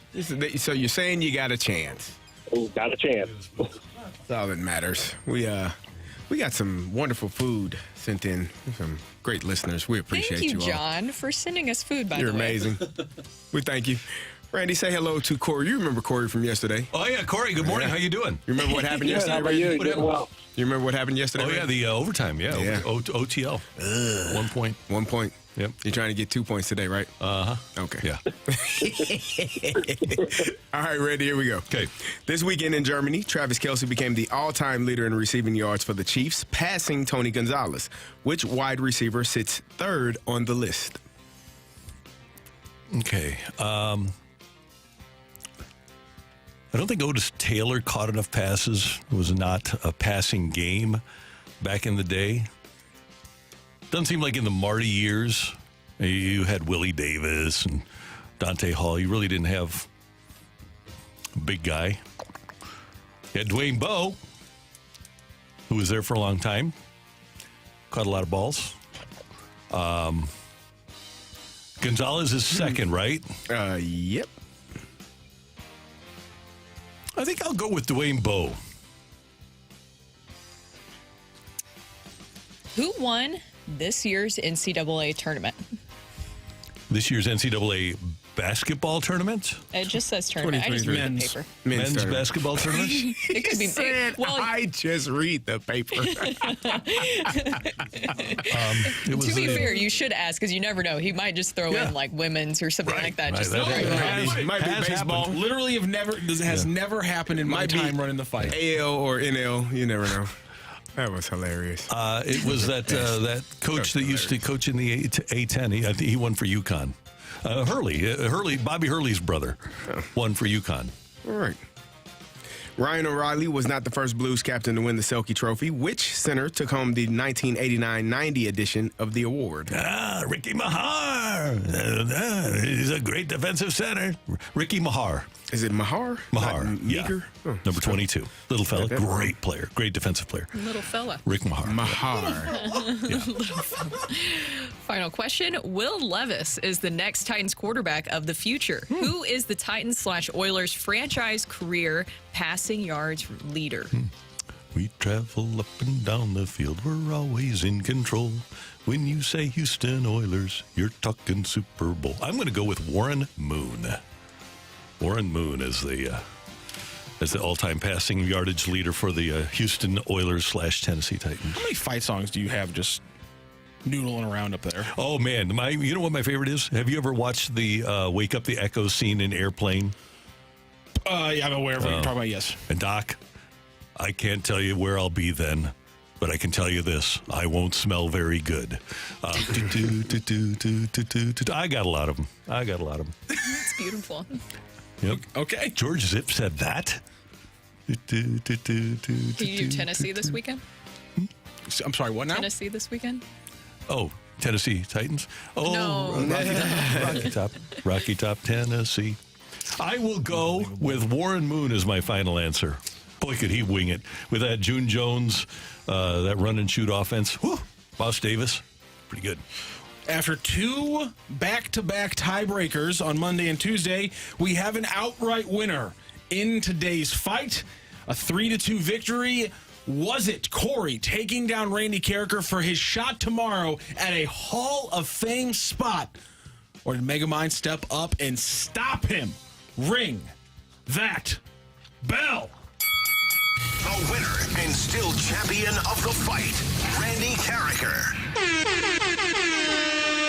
Just win, baby. So sorry, Corey. He got you 3-2 in today's fight. Oh, it's all right. I knew that last one got me. Yeah, the last one got you. This week, let's go through those questions. This weekend in Germany, Travis Kelce became the all-time leader in receiving yards for the Chiefs by 1 yard, passing Tony Gonzalez. The wide receiver with the most yards in Chiefs history is, in fact, Otis Taylor with 7,306. You're correct. He caught 122 passes less than Dwayne Bowe did across his Kansas City career, but has 200 more yards than Dwayne Bowe for the lead. The 2023 men's NCAA tournament champion was, in fact, UConn beating San Diego State, which honestly I blanked on, and that's why I used it as a question, because I was like, who won? Oh, you know what? If I can't remember off the top of my head, maybe that's not a bad question. Ryan O'Reilly, not the first Blues captain to win the Selke Trophy. Which center took home the 89-90 edition of the award? And this is insane, because when you look at the Blues scoring that year, you obviously had Hull and Oates over 100 each. Zezel had 72 points, and then you go all the way down. 25 points on that squad is how many points Maher scored, and he was the winner of the Selke Trophy. I don't know if a Selke has in the last 20 years has won whilst being the 11th leading scorer on a team. Probably it just not. Hasn't happened. But then again, the award used to be awarded correctly, it sounds like. Yeah. And Mahar, by the way, was a great captain. He was really honest with the media. He might, I don't even know if he's still in the Blues organization. He was in the Blues organization for a long, long time. Great guy, though. 36 years old when he won that. Pretty impressive. And Will Levis, maybe the next Titans QB of the future. We'll cross our fingers for Brooke. The Titans/Oilers franchise career passing leader is, in fact, Warren Moon with all those yards he got for the Oilers. So that's a 3-2 win for Randy Karraker. And Randy, you didn't get the options, but somehow, George Blanda, who was third, by the way, somehow came out as Georgia Panda on the paper. Oh, cute. Somehow George Blanda was Georgia Panda.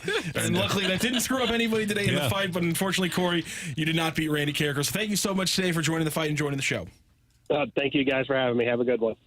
So George Blanda was playing quarterback in the NFL at about 46 years old, not to the level of Tom Brady, but there was a point in one of the Raiders seasons where I think Stabler got hurt and Blanda came in and brought him back in 3 consecutive games. And somebody had a huge banner at Oakland Alameda Coliseum, and it said, God is alive and well and wears number 16.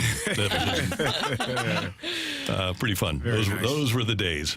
That's the fight on 101 ESPN. Coming up, if Yadier Molina does join the Cardinal coaching staff, does he bring enough coaching experience to the Cardinals? That's next on 101 ESPN.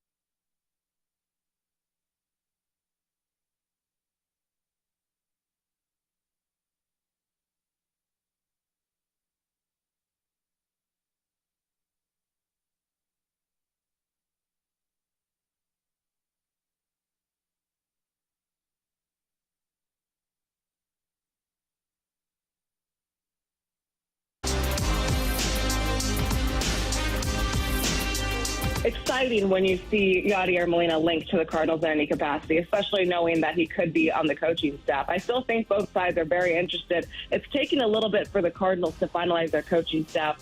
Whether or not this has anything to do with Major League Baseball getting rid of the uniformed contracts for teams and leaving contracts for coaches up to each individual team, I'm not sure. But it does sound like, Turner Ward, Dusty Blake, all of those guys are coming back. Ollie Marmol, of course, going to be the manager next year. I could see Yadi having a role with the day-to-day operations, but I'm sure fans are getting kind of anxious to get this done. I would be surprised if this takes much longer, but we'll see. Obviously, these things, especially when you're working with someone, who's such high status as Yadier Molina, can take some time. That's Katie Wu from The Athletic yesterday on 101 ESPN. The Cardinals hitting coach and pitching coach both have two first names. Turner, Ward, Dusty, Blake. Is that the requirements? Evidently it is. Maybe that's all you need is Blake. just to do that? Lively, Dusty Springfield, Ward Cleaver. Ward Cleaver is a solid name. That was a great show. It was. Okay, so here's the thing. If Yadier Molina arrives on the scene with the Cardinals, and they have a relatively, in terms of major league playing experience, a relatively inexperienced group. My guess would be that Yadier Molina probably has 4 or 5 times more playing experience in the majors than all the Cardinal coaches except for Willie McGee. So he brings that to the table. But what about coaching experience? Are you guys willing to look at what he's done in winter ball, what he has done with the Puerto Rican team in the World Baseball Classic, what he has done with basically running the Cardinals? And I always go back to what Hall of Famer Ted Simmons said. The Yadi could be your catcher, your hitting coach, your pitching coach, and your manager all in one. Does he bring enough to the table for you guys to think that he's a difference maker for the Cardinals? I think so. I think the thing that he brings is relatability. He's a guy, as a coach, the further you get away from being around the same age as the players or being engulfed in playing, you're just, it's not the same as being a player. But him being 1 year removed from actually being on the field with a lot of those guys, spending time in that clubhouse, spending time in that dugout, understanding the ins and outs of how certain players move, and especially the pitching staff. I think he will do a great job of helping and assisting in whatever role he's in because he's relatable. He's been there. He's sat behind that plate for countless of numbers of innings and watched those guys perform. So I think he brings great value to this team. I think bringing him in would be something that the Cardinals need to do. And he's also a voice that a lot of different people will listen to. Not only just the players, CD, to your point of what you're talking about. Of course, a player, when Yadier Molina is speaking, you're going to stop what you're doing and listen to him. Because that's what they did with him when he was a player. His voice commanded the room and people stopped and listened. But I think he can really affect the Cardinals in many different areas. I think that it's interesting because if you look at some of the quotes, it seems like figuring out what role exactly would work best. I would love to have him in the dugout. I think that that's where he will be most beneficial, being around the team day in and day out. We know his experience and how he can help the pitchers and also how he can work with many different players, how he can help Wilson Contreras and the other catchers, Ivan Herrera and even Andrew Kisner, already building those relationships that he had, but even working specifically with Wilson even more so you can maximize that contract and get the most. What is interesting is that it seems like the time commitment thing continues to be brought up and how that will affect his role. If he'll just be an advisor from Puerto Rico, I think he will be here for spring training. Well, not here, obviously Jupiter. But what will that role be, and where is Yadier Molina best served? I would think he would best serve the Cardinals by being on hand for pregame meetings. And I'm not talking about the 2 o'clock meeting with the analytics guys. And if they want to still do that, they can do it at 1 or noon or whatever. But he should be running the meeting with the pitchers and the catchers, right? All due respect to Dusty Springfield. But whenever I talk to a former major league player who they aren't aware of where he came from, they say, where'd he come from? I say, Duke. And it's always with the quizzical Duke. They say, yeah, came from college. Now, there have been successful pitching coaches that have come from the college ranks. But I would think, this is just a guess on my part, that if you put a group of 13 pitchers and 2 catchers in a room and you've got Dusty Blake talking for 5 minutes, and you've got Yadier Molina talking for 5 minutes, they're going to remember what Yadi says probably more than Dusty Blake. Well, all due respect. All those guys probably grew up watching Yadier Molina to some degree, understanding what he brings to the table. The question of whether Yadi wants to actually be here every day, if he wants to manage at some point, then he has to be here every day. It's not an option because you can't just, put yourself in a position where all of a sudden now you're managing a ball club, but you haven't gone through the rigors of the day-to-day, just going through it every single day trying to figure out. Kind of like Mike Matheny. Yeah, or Jeff Saturday came to mind. Like it usually doesn't go well. Yeah, for precedent you. Though. Yeah, but I don't Cardinal think Gold Glove catcher, man. I don't think that goes well, and I think that you become fatigued. You have to build up a tolerance to coaching. Like you have to go through it. It's almost like training camp. You have to go through the process. Your body has to be fatigued. You have to be able to push through and understand how to get through each day. And so if his goal is to be a manager for any organization, I think it would have to start, and it doesn't have to start, but I think it would bode well for him if it started with him being in the dugout on the bench every single game for 162 of them. By the way, the Guardians just hired a former Major League catcher, Stephen Vogt. His last playing season was 2022 with Oakland. He played for 10 years in the majors. Yadi played for 18, and Stephen Vogt gets the gig with the Guardians. So it's still a thing that former catchers get the job with virtually no experience. David Ross just got fired, but he got that job with the Cubs. If you look around baseball, it's amazing how many former catchers. Torey Lovullo, he coached for a few years, but didn't have any managerial experience. It's amazing how many managers in Major League Baseball get opportunities after being a longtime catcher. And that's the time commitment stuff is interesting with Yadier Molina. But my biggest question is with Yadi, I assume he wouldn't just want to come in and just be partly here. And that plays into the time commitment. I think if he's here, he wants to make sure that he will have that voice and the ability to be able to have it heard and also really touch on many different things, many different aspects, things that he's seeing within the organization and also within the clubhouse and on the field. I don't think that he would commit to this fully unless that he knows that that is what the Cardinals will allow him to do. Yadi isn't just going to go in there and just take a step back. I think that if he's coming in and he's going to be specifically in the dugout, then it would be him wanting to know that his voice will be heard and understood and also respected in not just the clubhouse, but also amongst the front office as well. Well, I don't think Yadi doesn't strike me as a guy that worries about his voice being heard. Like I think people, when he talks, people listen. And if he's talking and they're not listening, he has a way of making them listen. So I don't think that would be a concern for him. And if they aren't listening after, continuously telling them that they need to listen, he probably not realize it's not the place for him. Right. So I don't think he would have that issue. I think, I just think that what he brings to the table, who he is, what he's done in this league, and understanding that he essentially those pitchers for the last however many years did not have to work as hard, and we saw it this year. They had to work their butts off because Yadier Molina was not behind the plate. He was not in those meetings. He was not giving them the answers to the test. It was almost like they could be on autopilot. Just go out there and whatever you say, yep, I like that pitch too, sir, and throw it, as opposed to when you get Wilson Contreras behind the plate, you sure I should throw that pitch? I don't think so. And so the conviction is not there. So you're not throwing the pitch that you believe in that moment. And we saw a lot of pitches get hit. And that's what I'm saying is that I could see, though, the vision being different of what the Cardinals are expecting for Yadi's role and what Yadi is expecting for his role. Because as A.J. Przinsky told us when he was on with us about a month and a half ago or so. He said when Yadi was there, when Przinsky was there in 2014, he ran the whole organization. Well, you aren't going to bring a guy back who already has run the organization and say, okay, you have to be deferential now. Right. Because that's just not in Yadi's DNA. He's not that guy that's going to be deferential. So you have to bring him in with the knowledge that he's going to have very strong opinions and it's going to be smart of you to listen to them. I totally agree. And with the coaching staff, are you guys surprised? And I know that Mo hinted that there might be some natural churning with the coaching staff. It seems like it's also just going to stay in place, right? Is that surprising to you guys?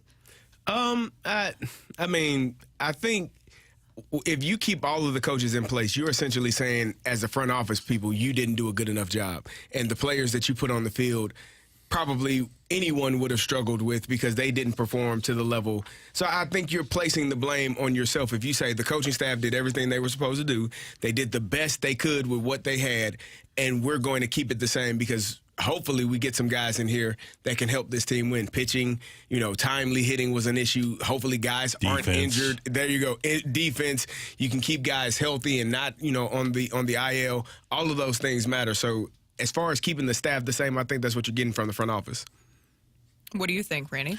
I think that they need to make changes in the coaching staff. I don't, and it was clear to me when you have the deterioration that the Cardinals had defensively and base running.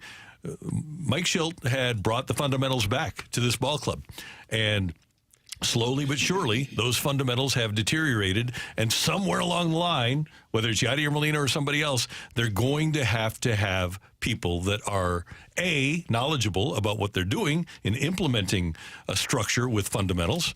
We saw that with the two teams in the World Series. Fundamentals, defense matter. So you're going to have somebody that, A, has the ability to do it, and B, commands the respect of the players to get them to be better. You don't see Nolan Arenado. Maybe Nolan Arenado was hurt, but we have to believe that he wasn't because they didn't tell us if he was. You don't see a guy like Nolan Arenado fall off the map defensively like he did. You don't see a guy like Tommy Edman regress as much as he did defensively. It just doesn't happen. And at some point, there's got to be a focus like there was with Whitey Herzog, like there was with Tony La Russa, like there was with Mike Schilt in turning those fundamentals around. Mike Schilt took the same group of guys from 17 to 18, same group of players, and went from the worst defensive team in the league to the best defensive league because he put a focus on working on that, not only in spring training, but throughout the season.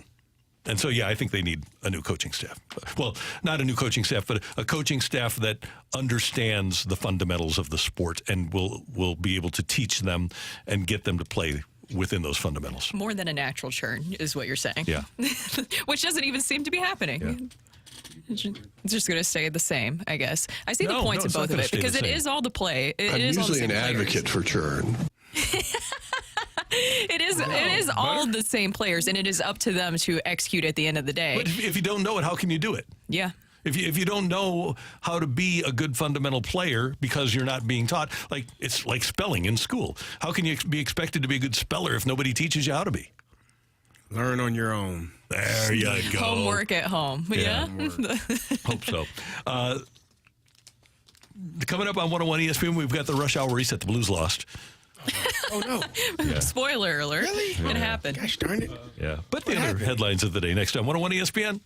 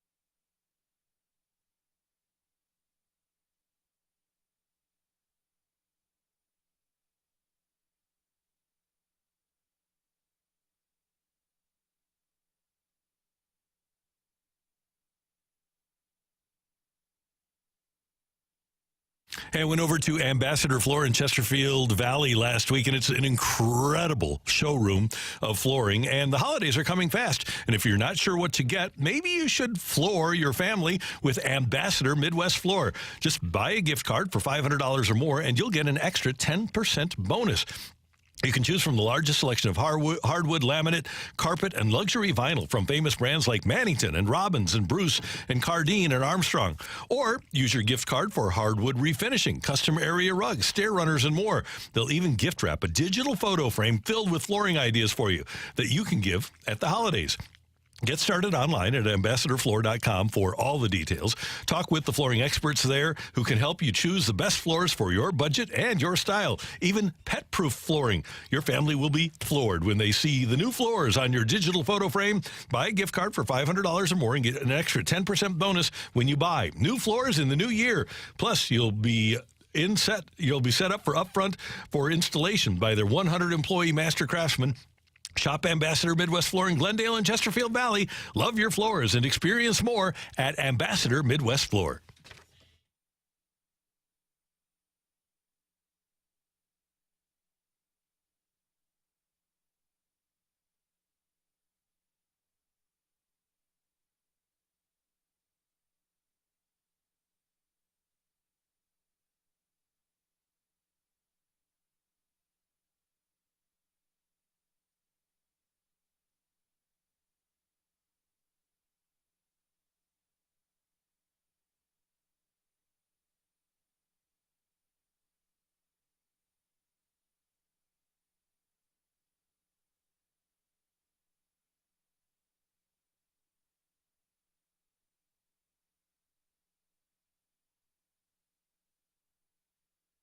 Recapping the biggest sports stories of the day on the opening drive with a Rush Hour Reset.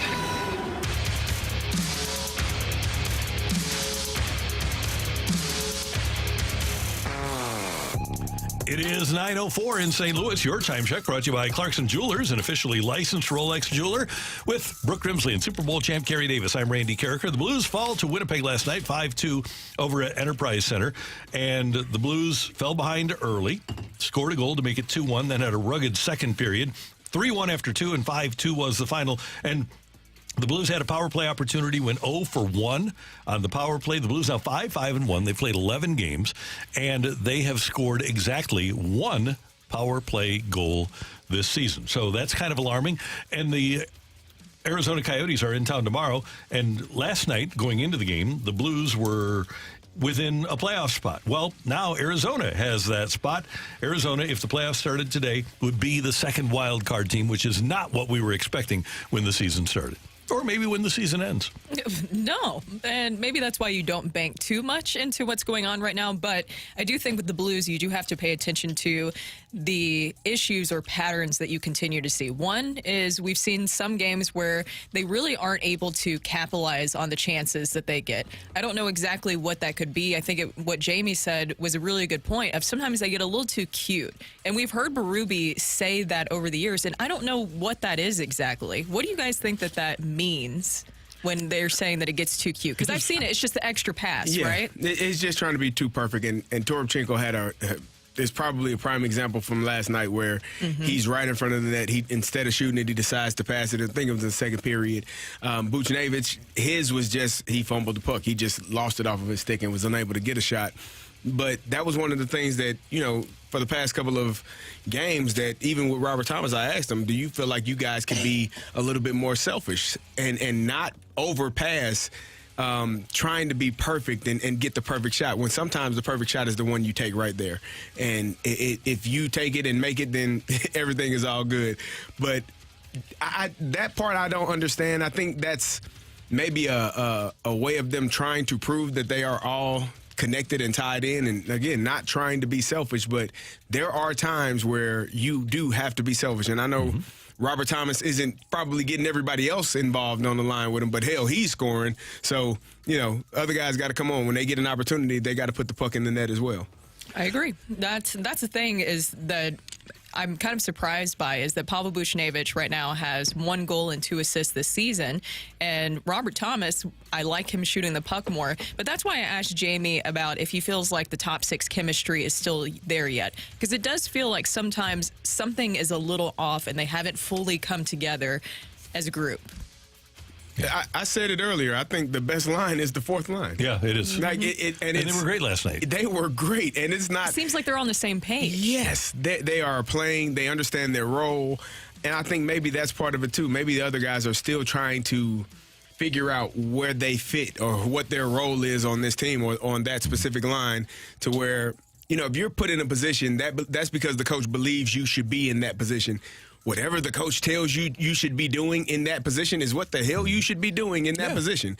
And then there's times where, you know what, I can make an extra play. I can freestyle because I have that ability. But if the coach tells you this is the role I need you in, and I think the fourth line has bought into that specifically. They understand their role, and I thought them starting the game was outstanding because they really gave that team some energy to start the game off. And that's the key right there, is buying into it, buying into the system that they want to implement and understanding it. That's what I feel like is still something that the team as a whole is working on. But giving credit to the fourth line, they've been able to at least figure that out.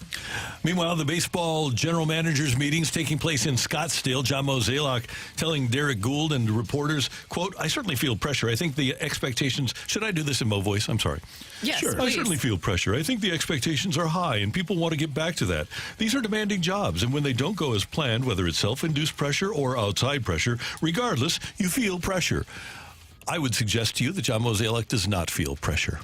You don't think he's feeling any pressure whatsoever right now? I think he's good. I would disagree. I think who's applying pressure to him? I think he is. I think 91 losses is. I think 20 games under 500 is. I think, you know, I don't personally think he would concern himself with what the people outside of that room say. But I think that when you are a person that has made it to a certain level in life, there is always an ego attached to it. And an ego is not a bad word. You should have confidence and believe in yourself. I think he's to that point, and he does not want to put together another season that goes in that direction. This is one thing I would tell my parents all the time. They were like, well, I want my kid to go to Alabama. Hell, me too. Because if I get 40 kids to go to Alabama, what the hell does that say about me? Means I'm a pretty damn good coach, doesn't it? But guess what? Every kid ain't going to Bama. They just aren't. So even if you believe that I don't like your kid or don't have his best interest in heart, guess who I do like? My damn self. I want to be looked at as great. So, therefore, I think that that's the same thing as Mo. He wants to be looked at as great, and losing 90 games does not give people the image that you are great at your job. So I think just based off that alone, he will get it or try to get it corrected. And he has felt the pressure from fans. They've made that clear. They're feeling the pressure from fans. But maybe, Randy, is your point that if they were truly feeling this pressure, we would see a different approach this offseason? Yes, and I don't think that he has any pressure for his job. He knows that he's going to be employed by the Cardinals for the rest of his life. Exactly, yeah. So he has no pressure there. The only thing that would come into play here is pride. There you go. And does he have the resources to have pride and go out and do what he needs to do? I'm not so sure that with a $175 million payroll he does. So if your boss is telling you, okay, I want to have filet, but he only gives you the money to buy hamburger, all you can give him is hamburger. John Mozeliak's not going to make a filet out of hamburger. And that's what I'm talking about. If it is what it is. If the pressure is applied to give something unrealistic, he can't. But he also knows that they aren't firing him. He's under contract through 25, and if he wants to work through 25, he can work through 25. And like CD said, he doesn't feel any pressure from the outside, clearly. So that's why I'm saying that he doesn't. The only pressure that he can apply is to himself, and he might not be able to fix the problem. If he does, if he's a genius, then that's a great thing. Well, I will say, Derek Gould, he has a chat that he's been having going on during these GM meetings, and he did mention that Mozeliak mentioned that he has gotten emails from fans talking about their frustrations. So I guess he is paying attention a little bit to the frustrations. But, Randy, I think that what you said exactly right there is that he knows his job isn't going anywhere. he is secure within the organization and not cheering for anybody to get fired. But I think that pressure, having that hot seat, knowing that this was a terrible season and you have to turn this around quickly, because in their own words, they're looking to turn this around by next season, then you should really feel the pressure and the heat to turn this around quickly. Because the Cubs are dealing with a sense of urgency now. We know that, don't we? Mm-hmm.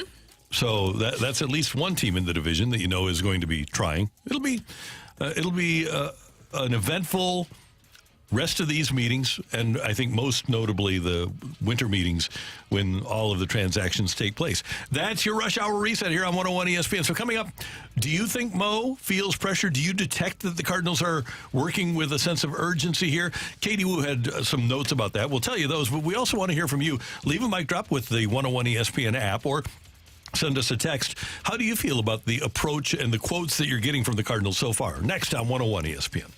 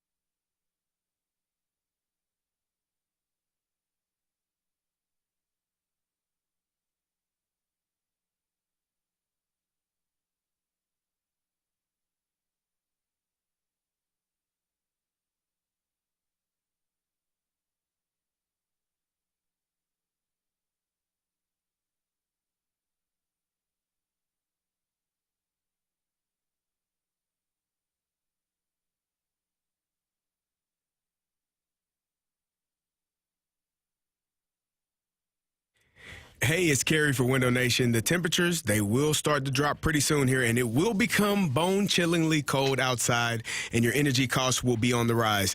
Do you have old, drafty windows? Is your furnace working harder than ever to keep your family warm? Why pay unnecessarily high energy bills when Window Nation can help you and your family stay warm all season long? Window Nation's energy-efficient windows are specifically designed for climate changes, and they will keep the cold air out while lowering your monthly energy costs by up to 30%. Speaking of savings, this month only, Window Nation is offering 0% interest for 5 years. That's 60 months interest-free, and get 2 free windows with every 2 you buy. Now is the time to protect your family from the elements, lower your energy costs, and upgrade the look and feel of your home. Call Window Nation today. Get 0% interest for 5 years, plus 2 free windows with every 2 you buy. Offer only good this month. Call the company over 200,000 families have trusted with their home. Window Nation, 866-90Nation, or go online at windownation.com. That's 866-90Nation or windownation.com.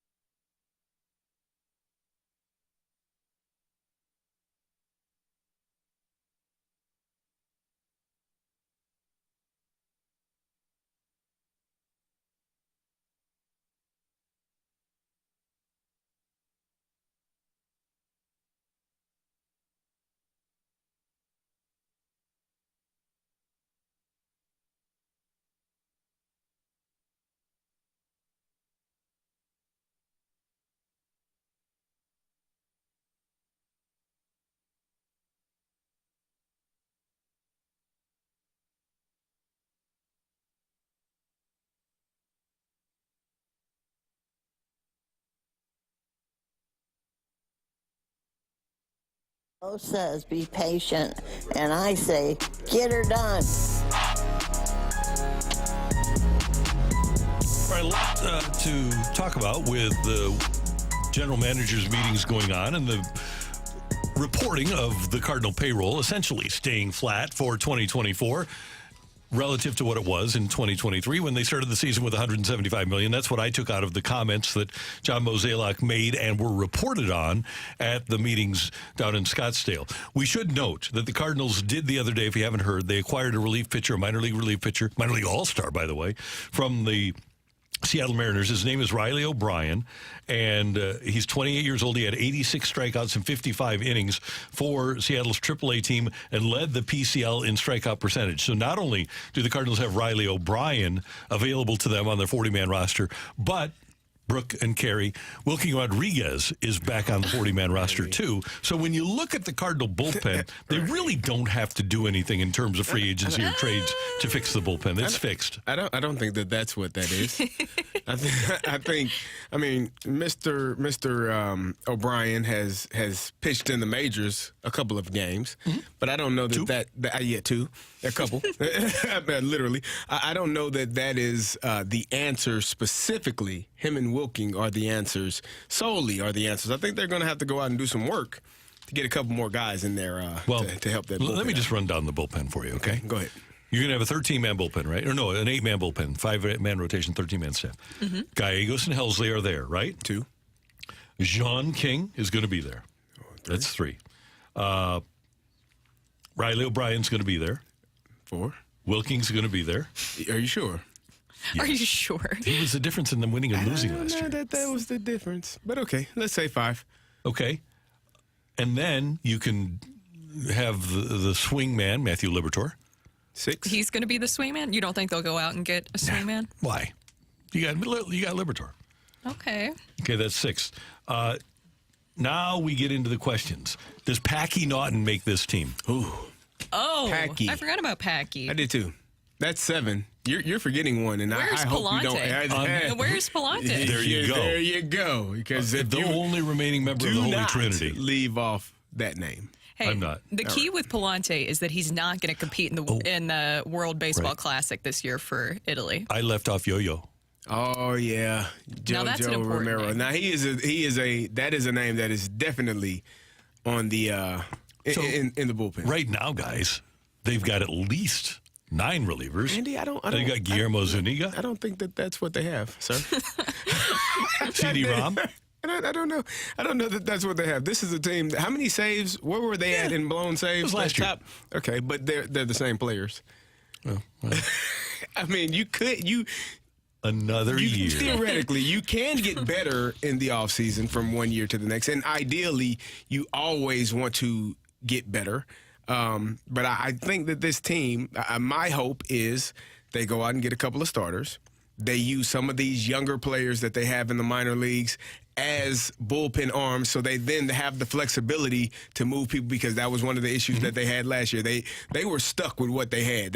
Good, bad, or indifferent. They had to roll with the guys that they came with. And so hopefully some of these younger guys who have more options, more flexibility to go up and down if it's not going well, if there's some things that need to be worked on, some things that need to be fixed, they can do that, as opposed to just rolling with the 13 or the 8 guys that they had. And maybe the Cardinals will finally hit on one of these guys, the Zunigas and the Wilking Rodriguez's of the world. Maybe a 28-year-old Riley O'Brien, career minor leaguer, is going to be the one that they hit on. I think normally those are younger guys that you still project to be really good. Once you're 28, 30 years old, you pretty much are who you are. But sometimes teams hit on those guys. Sometimes it happens. Every once in a while. I don't know if that's necessarily the case.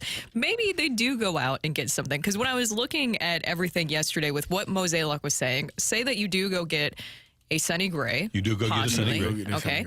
And then you make a trade for another pitcher. And we're looking at some wiggle room here. That third that third starting pitcher is supposedly going to be a swingman, and you're saying that it's Matthew Liberatore, could you go back and theoretically, if you have some money to spend here that's a little bit left over but might put you a little bit over, could you go out and spend some money on getting back Jordan Hicks or maybe another arm that is out there? You lost me when you said go over. If he's 30 over 3, like Jim Bowden suggested, I don't think. But if the market that Hicks hopes and Jim Bowden suggests is not, and you could get him for 3 years and 18, I would think that would be a possibility, but not 3 and 30. Oh, I don't know. Because I feel like if your goal was to get guys back after you traded them, then why the hell did you trade them in the first place? I understand the idea of getting prospects, but are any of those prospects going to Thomas Ajayci maybe? He's one of the people you got back in the trade. Tekoa Roby is supposed to be, but yeah, maybe not. I don't know. I just need to. I would like for these guys that they bring in to pan out and be really good. The one thing the Cardinals have to hope is that a guy like Hicks isn't worth what he thought he was worth, because they tried to sign him right before they traded him, and they determined that he couldn't. He set a price for himself, which obviously they couldn't come to an agreement on. But now maybe he comes back, or maybe the Cardinals say, you know what, we actually value a little bit more than we thought we did. So we're going to give you, rather than 18 over 3, we'll give you 22 over 3 or something like that. Maybe things like that are possible to happen. And that's why I'm saying, because whenever I hear John Mozeliak talk about volume, that's what my first thought was, is, okay, maybe try to get a starting pitcher that's not going to be in that top tier that we were hoping for, like a Yamamoto. Get 3 guys for $25 million rather than 1 for $25 million. Exactly. Yeah. Here's a text. How do I feel about the Cardinals front office and what they've been saying? Like Charlie Brown trying to kick that football. Every offseason, I think I'm going to get to kick that football. And every year, the Cardinals pull that football back and I fall flat on my back. Sad and disappointed. That's how the 618 feels about what the Cardinals have been saying so far. I definitely do get it, because it just feels like it is the same story over and over again. And you would hope that a season like we just experienced here in St. Louis, I don't think it was a one-off. I don't think that the World Baseball Classic had anything to do with it. I don't think that this was just a weird set of circumstances. I think there was a lot of things that led to this 91-loss season, and I was hoping that this off-season approach would be different. And it could still be, because there's still time to make some moves. But I was really just hoping that they would be able to get one of those considered ace starting pitchers and be in the market. And I do understand that it goes both ways, because this is a point that a lot of people are brought up is, okay, the Cardinals can be in the conversation for a Nola and a Yamamoto or anybody else like a Snell and even Sonny Gray, if you want to put them in that top category. But they also have to want to come here. I still do think that St. Louis is a desirable place, especially if you look that you have Nolan Arenado here and Paul Goldschmidt. But then again, when you're competing against some of these other teams and the money that is available that they'll be able to throw at them. You mentioned the Dodgers. I mean, the Dodgers could land Aaron Nola and Shohei Ohtani. That's a real possibility because they have the pocketbooks to do that. And I want to go back to my point about allowing the free agents to leave and then expecting them to just want to come back. You run the risk of other teams seeing how good that Jordan Montgomery probably isn't going to be in a Cardinal uniform. You need a starting pitcher. And so you let him walk. Obviously, he was a free agent. He's impending free agency. But the expectation that, we can just let guys walk and they'll come back to us. How? Why the hell would you do that? Why would you assume that that's the case? Now he goes and wins a world championship. Now he has other suitors. And the market shifted when Ohtani went down, when Urias went down with whatever he's got going on. There's less people that they're going after. And so, the New York Yankees are like, hell, we shouldn't have let you go in the first place. We'll get you back because we're going to spend money to get you back. Well, and now when you look at this, and again, this is a product of having an inexperienced coaching staff. If you are somebody who not just wants to make money, but wants to win, and you look at what the Cubs are doing, and you look at what the Cardinals are doing, again, you're a competitor. Would you be more inclined to go to the place where the manager's been in the playoffs 5 of the last 6 years, rather than the manager that has 2 years of experience and just lost 91 games? I would think that Craig Counsell will be a draw for the Cubs. The money will be a draw for the Yankees. The Rangers aren't going to stop spending. No. They're being a world champion is a draw for the Texas Rangers. Same thing for the Houston Astros. They aren't going to stop spending. They've got guys. So not only do the Cardinals have to compete with money, but they have to compete with people that have won more recently than they have and have shown with their experience that they know how to do it. Exactly. And I would love to know what the pitch is. And when, CD, you're talking about Jordan Montgomery, they did have a chance. That's one thing that I think if you could point out the issue with Jordan Montgomery is that they did have the chance to bring him back. He had that interest going into spring training. He mentioned that during spring training. And of course, I know that he's a Scott Boras client, but he had mentioned he wanted to be here and stay in St. Louis, and it was open to extension conversations. And then you get to the point where you're obviously sellers and you have to let him go at that point so you can get something in return. They should have likely re-signed him. But who knows if anything would have or extended him, excuse me. I agree. But who knows where any of this would have gone, because now you're in the situation where you do, in my opinion, need 3 starting pitchers. 2 of those need to be a 1 and a 2, obviously, because they're missing that. If I'm not mistaken, by the way, and somebody can correct me on the text line if I'm wrong here, I believe the last time a player signed before hitting free agency, a Boras client signed with his team before hitting free agency, was Greg Maddux when he insisted to Boras that he stay in Atlanta in 2004. Signed there in 2002, 2-year contract. No, it was before that. Re-signed it with the Braves in 2002. Was the last time I think a Boras client that had the potential to go into free agency signed with his own team before going into free agency. But if the player has stated he would like to return here, then you make that work. You try to. Andy Bennett stated that in 1997, and Boras took him to Arizona. Well, you try your best to make it work because, as Brooke said, now they're looking for 3 starting pitchers. If you signed Jordan Montgomery, you'd be looking for 2. And so that's the difference. You go from having to spend whoever knows how much money on that position alone and we here understand that what's the realistic expectation of the Cardinals getting when that statement was made? I was like, that's a lie. That's not true. They're not going to go get 3 starting pitchers. They're not going to. That day. They are that sounded foolish to me because there's been nothing to show us that this would happen or has happened or would take place. And so now here we are 3 or 4 months later, and we're like, well, maybe we don't really need 3 starters. The worst thing that could happen was those guys perform well because you go from 3 starters to, you know what, I like what I got. Yeah. Let me add one more Scott Boras point. The Cardinals do not have a good relationship with Boras at the moment. No, so I could see Boras saying, no, we're not going to have any talks. Yeah, that's nice, Jordan, that you would want to stay here, but we're not going to do that. And in the end, look at how much it's paid off for Jordan Montgomery because he's going to get a huge payday. But with the 3 starting pitchers, now, to be fair, CD, he didn't say what type of 3 starting pitchers. It could be 2 low-hanging fruit. That's where you could really get tricky with those words. The gotchas. That's gotcha. It didn't really say. It didn't tell you who. I just said 3. So. Coming up on 101 ESPN, a little postmortem on City SC and great news for City SC coach Bradley Carnell. Next time, 101 ESPN.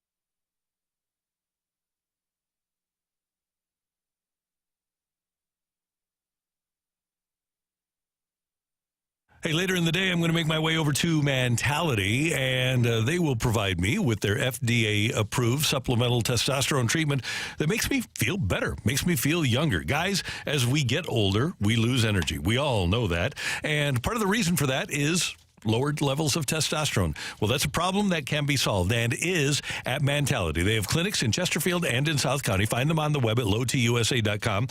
They're going to test your testosterone level and then get you back to a level that you enjoyed while you were in your 20s or early 30s. And with Mentality, some of that anxiety that you're dealing with, some of that fatigue that you deal with on a regular basis, it will go by the wayside. They have wonderful nurses and doctors there, and they really do great work. They're friendly. They'll explain exactly what you need to know, and they'll get you back to being the person that you want to be. They'll work with your insurance company to make sure that your expenses are as low as possible. Your out-of-pocket expenses are as low as possible. It is Mentality. lowtusa.com.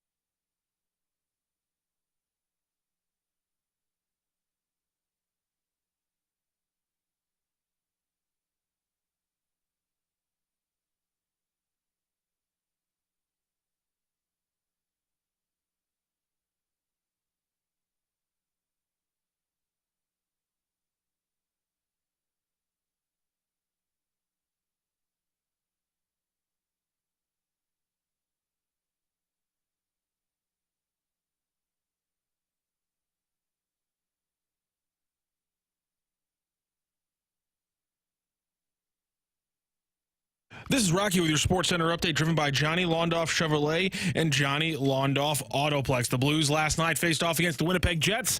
Did not go too well as they fall 5-2. Robert Thomas, though, lone bright spot. He got a goal for his fourth straight game. He'll go for his fifth straight, and the Blues will look for a win on Thursday evening as they host the Coyotes. You can catch the game right here on 101 ESPN. 7 p.m. puck drop means pregame show, starts at 6 p.m. right here on 101 ESPN and 101ESPN.com. That is your Sports Center update, driven by Johnny Londoff. Find new roads and shop 24/7 at londoff.com and londoffautoplex.com. Are you kidding me?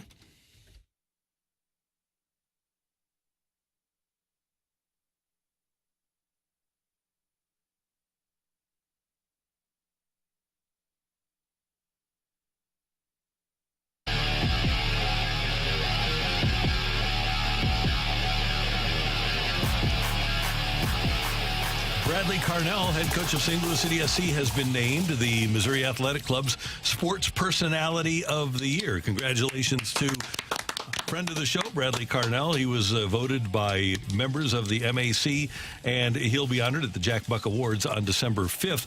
Randy Karraker speaking to the media this morning. The St. Louis City SC squad actually having an end-of-season press conference. How does that do most teams do that? Most teams do that, yeah. The Cardinals are an no outlier. matter win, lose, or draw, right? Yeah, and they lost in the playoffs. And here's the thing. Get this. Right now, both Lutz and Bradley are still speaking, and throughout the rest of the morning, they're going to have, the majority of the starting roster all step up and take questions. Like, the entirety of the starting roster is going to be up Bradley there. And at the same time. the players? Yeah, afterwards. Wow. Well, I've never. That's news to me. Something new and exciting. I know, right? How about that? This is why I had to leave you guys during the last time. I wasn't bored. I had to go do something. I had to go pull this. Okay. Wow. Bradley Karraker on the overall, the 5,000-foot view of this season. Yeah, for me, it's about, developing the person and the skill set of the individual, but within a philosophy, right? For me, the system is always the main thing. And, we identified key players or players in certain areas to make sure that they are ready to apply the principles, to apply the system. And through that, from a team who had no depth at all going into the season, Lutz just alluded to it, how many players made minutes, debuts, 7 of them, celebrated debuts with their families. And I believe, we have to stick to our strict routine, our strict principles and our philosophy, because that is our DNA. This is who we are. And it's interesting that he brought up the virtually no depth at the beginning of the season. 7 players that made their debuts, and Lutz Pfannenstiel, director of sport, was asked about whether or not depth played a role for City this year. We are guys who played 2 years ago college, who played 2,000 minutes. This is what I call depth. And will we still work on the depths and trying to improve the team? Again, it has nothing to do with depth. It has to do that areas of the squad where we can be better, where we should be better, where we have to improve and where we want to improve. And that is exactly where we will look into the transfer market. But the word depth is something which doesn't really fit too much in our season right now. I think it's probably one of the worst words we can choose describing our season, because we probably had the biggest depth in the whole league without anybody expecting it. That's the big key, the last line, without anybody expecting it, because I probably unfairly now don't think of them as an expansion team because they're so far ahead of where everybody anticipated they would be.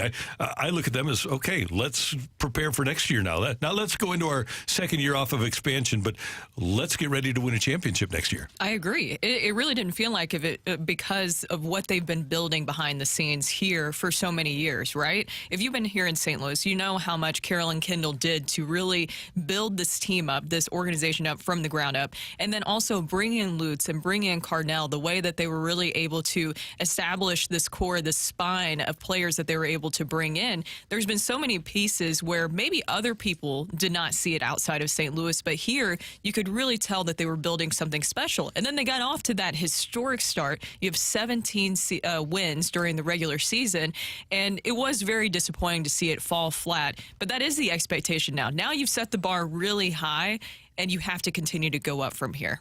I think one of the things, listening to Bradley Carnell talk about developing, it was development is really the word that he was speaking of, working with the player as a person and on the field. Just that's development. That's growing guys into being the best version of themselves.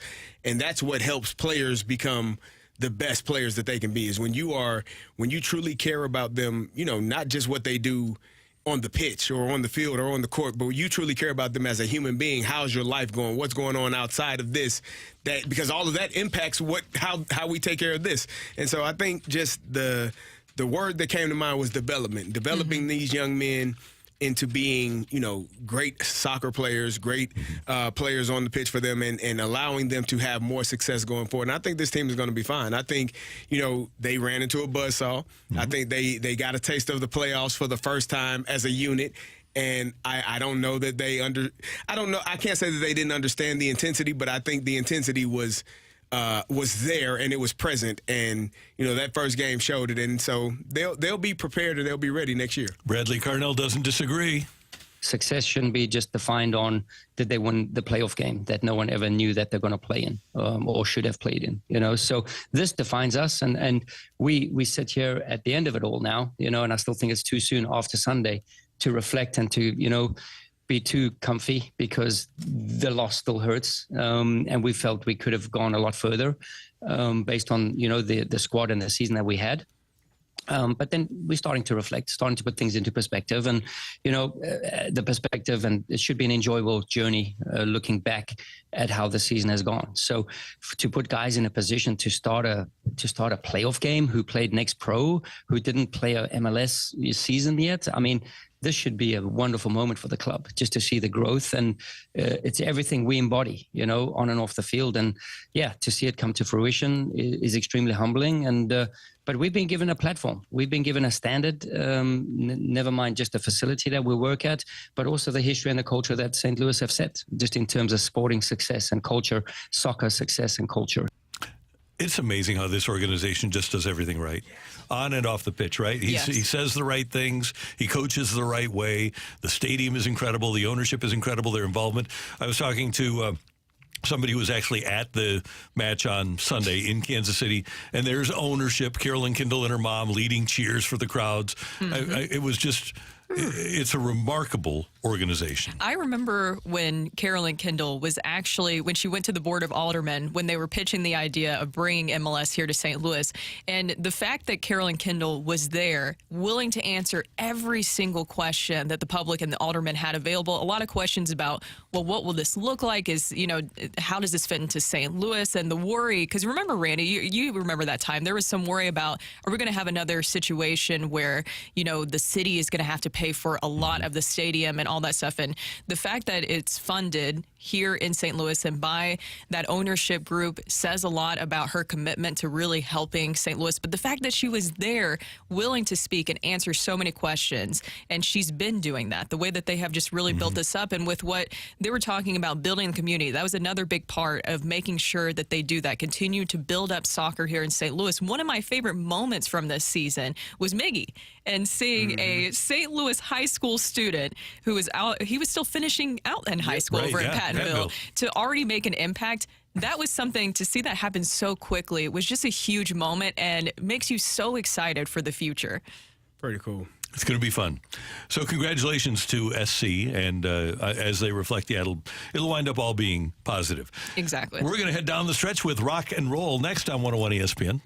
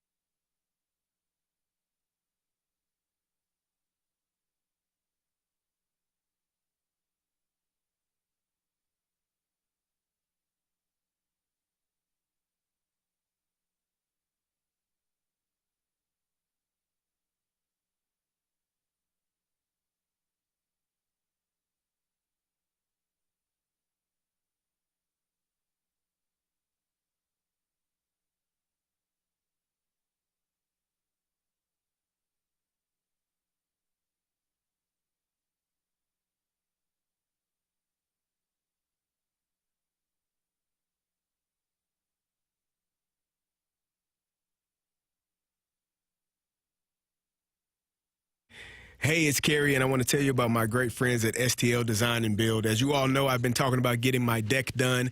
It was finished. It is completed. The project was done in a timely manner, timely fashion. STL Design and Build did a great job. And the thing that I appreciated most was how much they kept me in the loop. My project coordinator, Becky, did a great job of keeping me informed. The contractors that were there every day often came and knocked on the door and kind of told me where the steps were, where they were in the process, how much longer they were going to be out there banging and taking care of the deck. And it was really cool to go through the process. And I learned throughout it that STL Design and Build not only does decks, they also do siding, they do kitchen, they do bathrooms, they do remodeling projects for the entire home. The STL obviously stands for St. Louis, but it also stands for Sky's the Limit because that's what they want to provide their customers. They want to provide you the best product that you can receive. And if you want to learn more about them, reach out to them online today at stldesignandbuild.com. That's stldesignandbuild.com.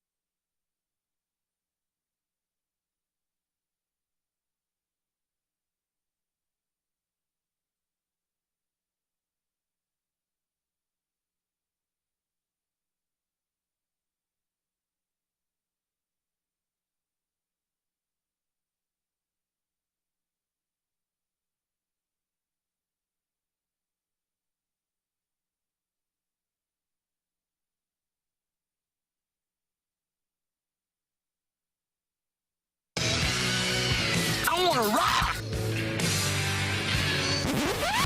And roll.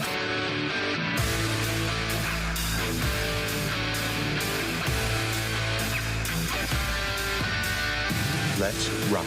Let's rock today. Looking at ESPN right now, and ESPN Analytics says that the Steelers have a 45% chance to make the playoffs. I wonder how they come up with that number. Analytics, baby. Yeah. Analytics say to go for it on 4th and 4. On your own 40. Yep. Yeah. Yeah. Brilliant. Makes sense. Yep. 4th and 4, it says? Really? On your own 40. Yep. I feel like 4th and 2 would say that. 4th and 4, I feel like it's going to be a pretty... What happens when you fail on the 4th and 2 then? What's the percentage of giving up a score? What was your play call? What difference does it make? Well, who are your that players? makes a lot of freaking differences. Who are your players? That also makes a lot of differences too. Question. Who's the QB? If I'm the Eagles, I'm going for it on 4th and 2. Not push, tush, push. Tush push. Brotherly I'm making things shove for happen. 2 yards. I like brotherly shove better. No, I like tush push.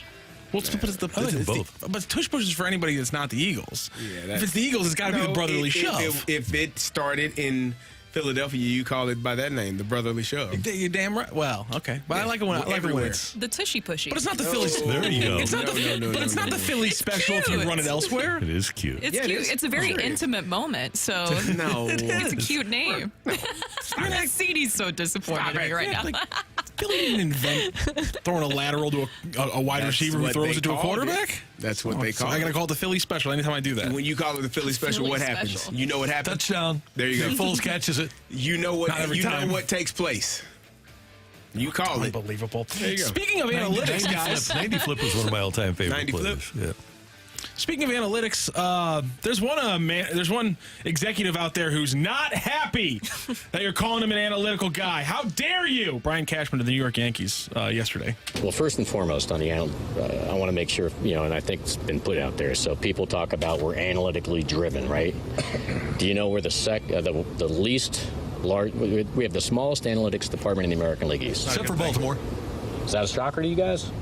We have the largest pro scouting department in all of baseball. Is that a shocker to you, to everybody? Nice. Shouldn't be. But no one's doing their deep dives. They're just throwing ammunition and bullshit.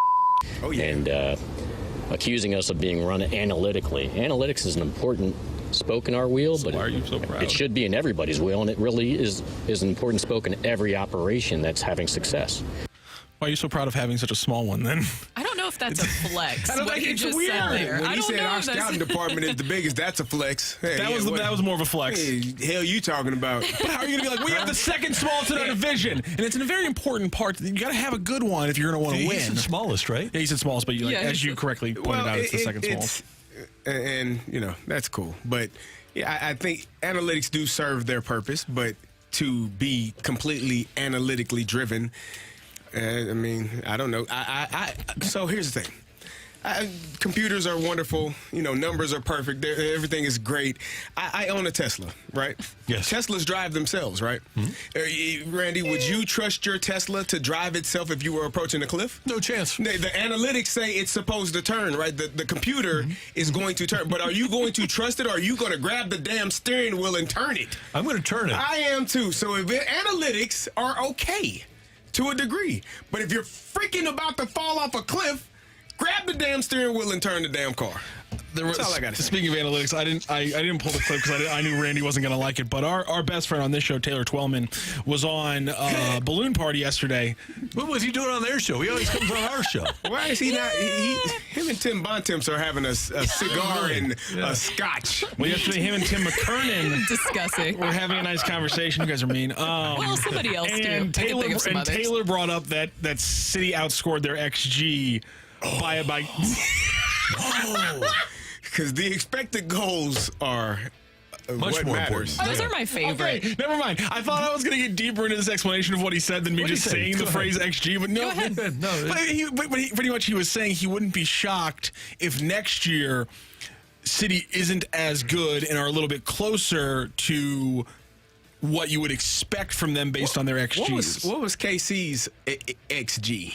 I can find that for you. Was it greater or lower than City? I just think it's fun because you could just make it up if you want. Whatever right? number you want. I know. I'm just kidding, but I just want. You kind of do. What do you say? Expected goals for a first game. St. Louis was I don't 16 know. Why above. don't you just say yeah? St. Louis was 16 above their XG. Kansas City ended 7 above their XG. Ooh, so we should have.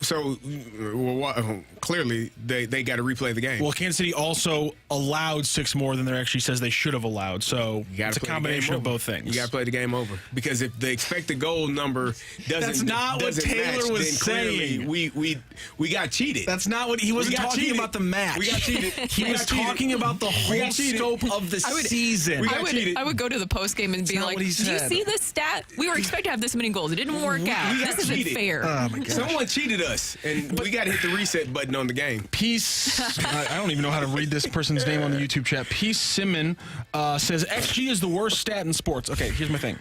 Can we all agree that dangerous slot chances are like a good stat in hockey? Can we agree that that's a good stat in hockey? I'm just saying you don't know the goalies. No.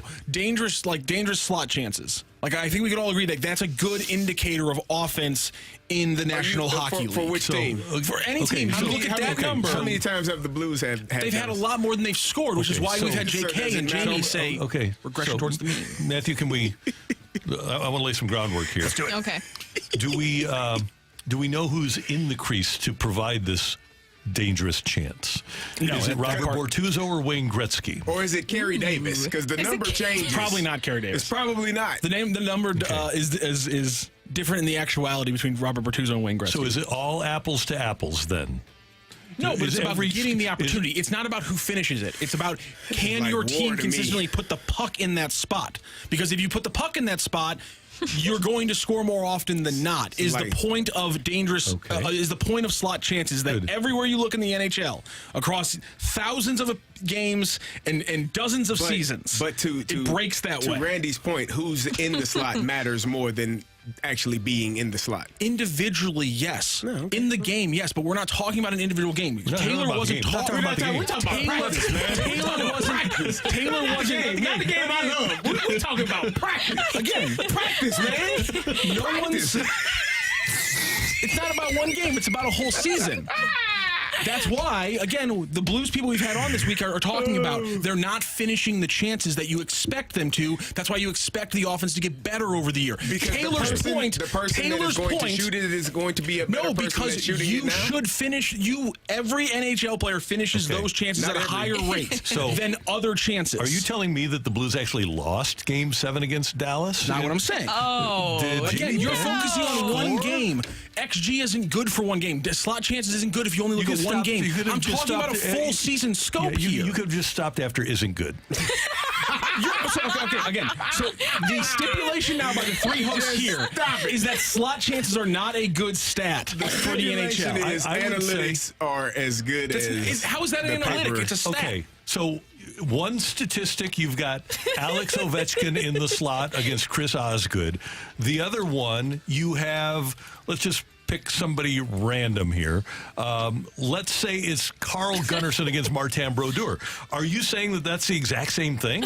No, but it's not about who's taking the shot. Again, why doesn't that matter? Because you're going to have your entire roster is going to be taking that shot. The point is, how many times do you get people on your roster that shot? If you get it more often than not, you will score more often than if you don't. Not if it's the person that can't make the shot.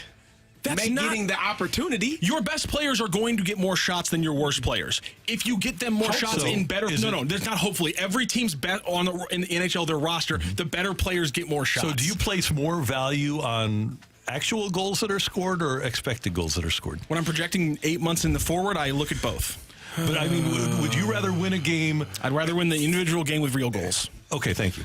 But we're not talking about one game, though. Okay, so over the course of 82 games, would you rather lose games with expected goals I'd or rather win them with real goals? But I can acknowledge if my team isn't getting the chances that they need to get to consistently win that way. Okay.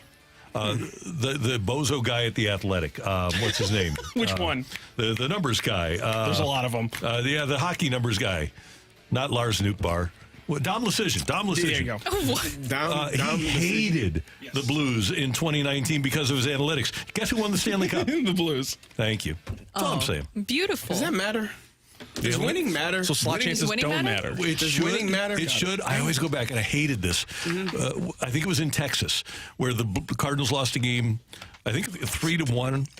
And Ollie said after the game, he said, "Oh, you go back though, and you look at the quality of at bats. Even they would rather have our at bats." No, they wouldn't. No, they would rather win. They'd rather win the game.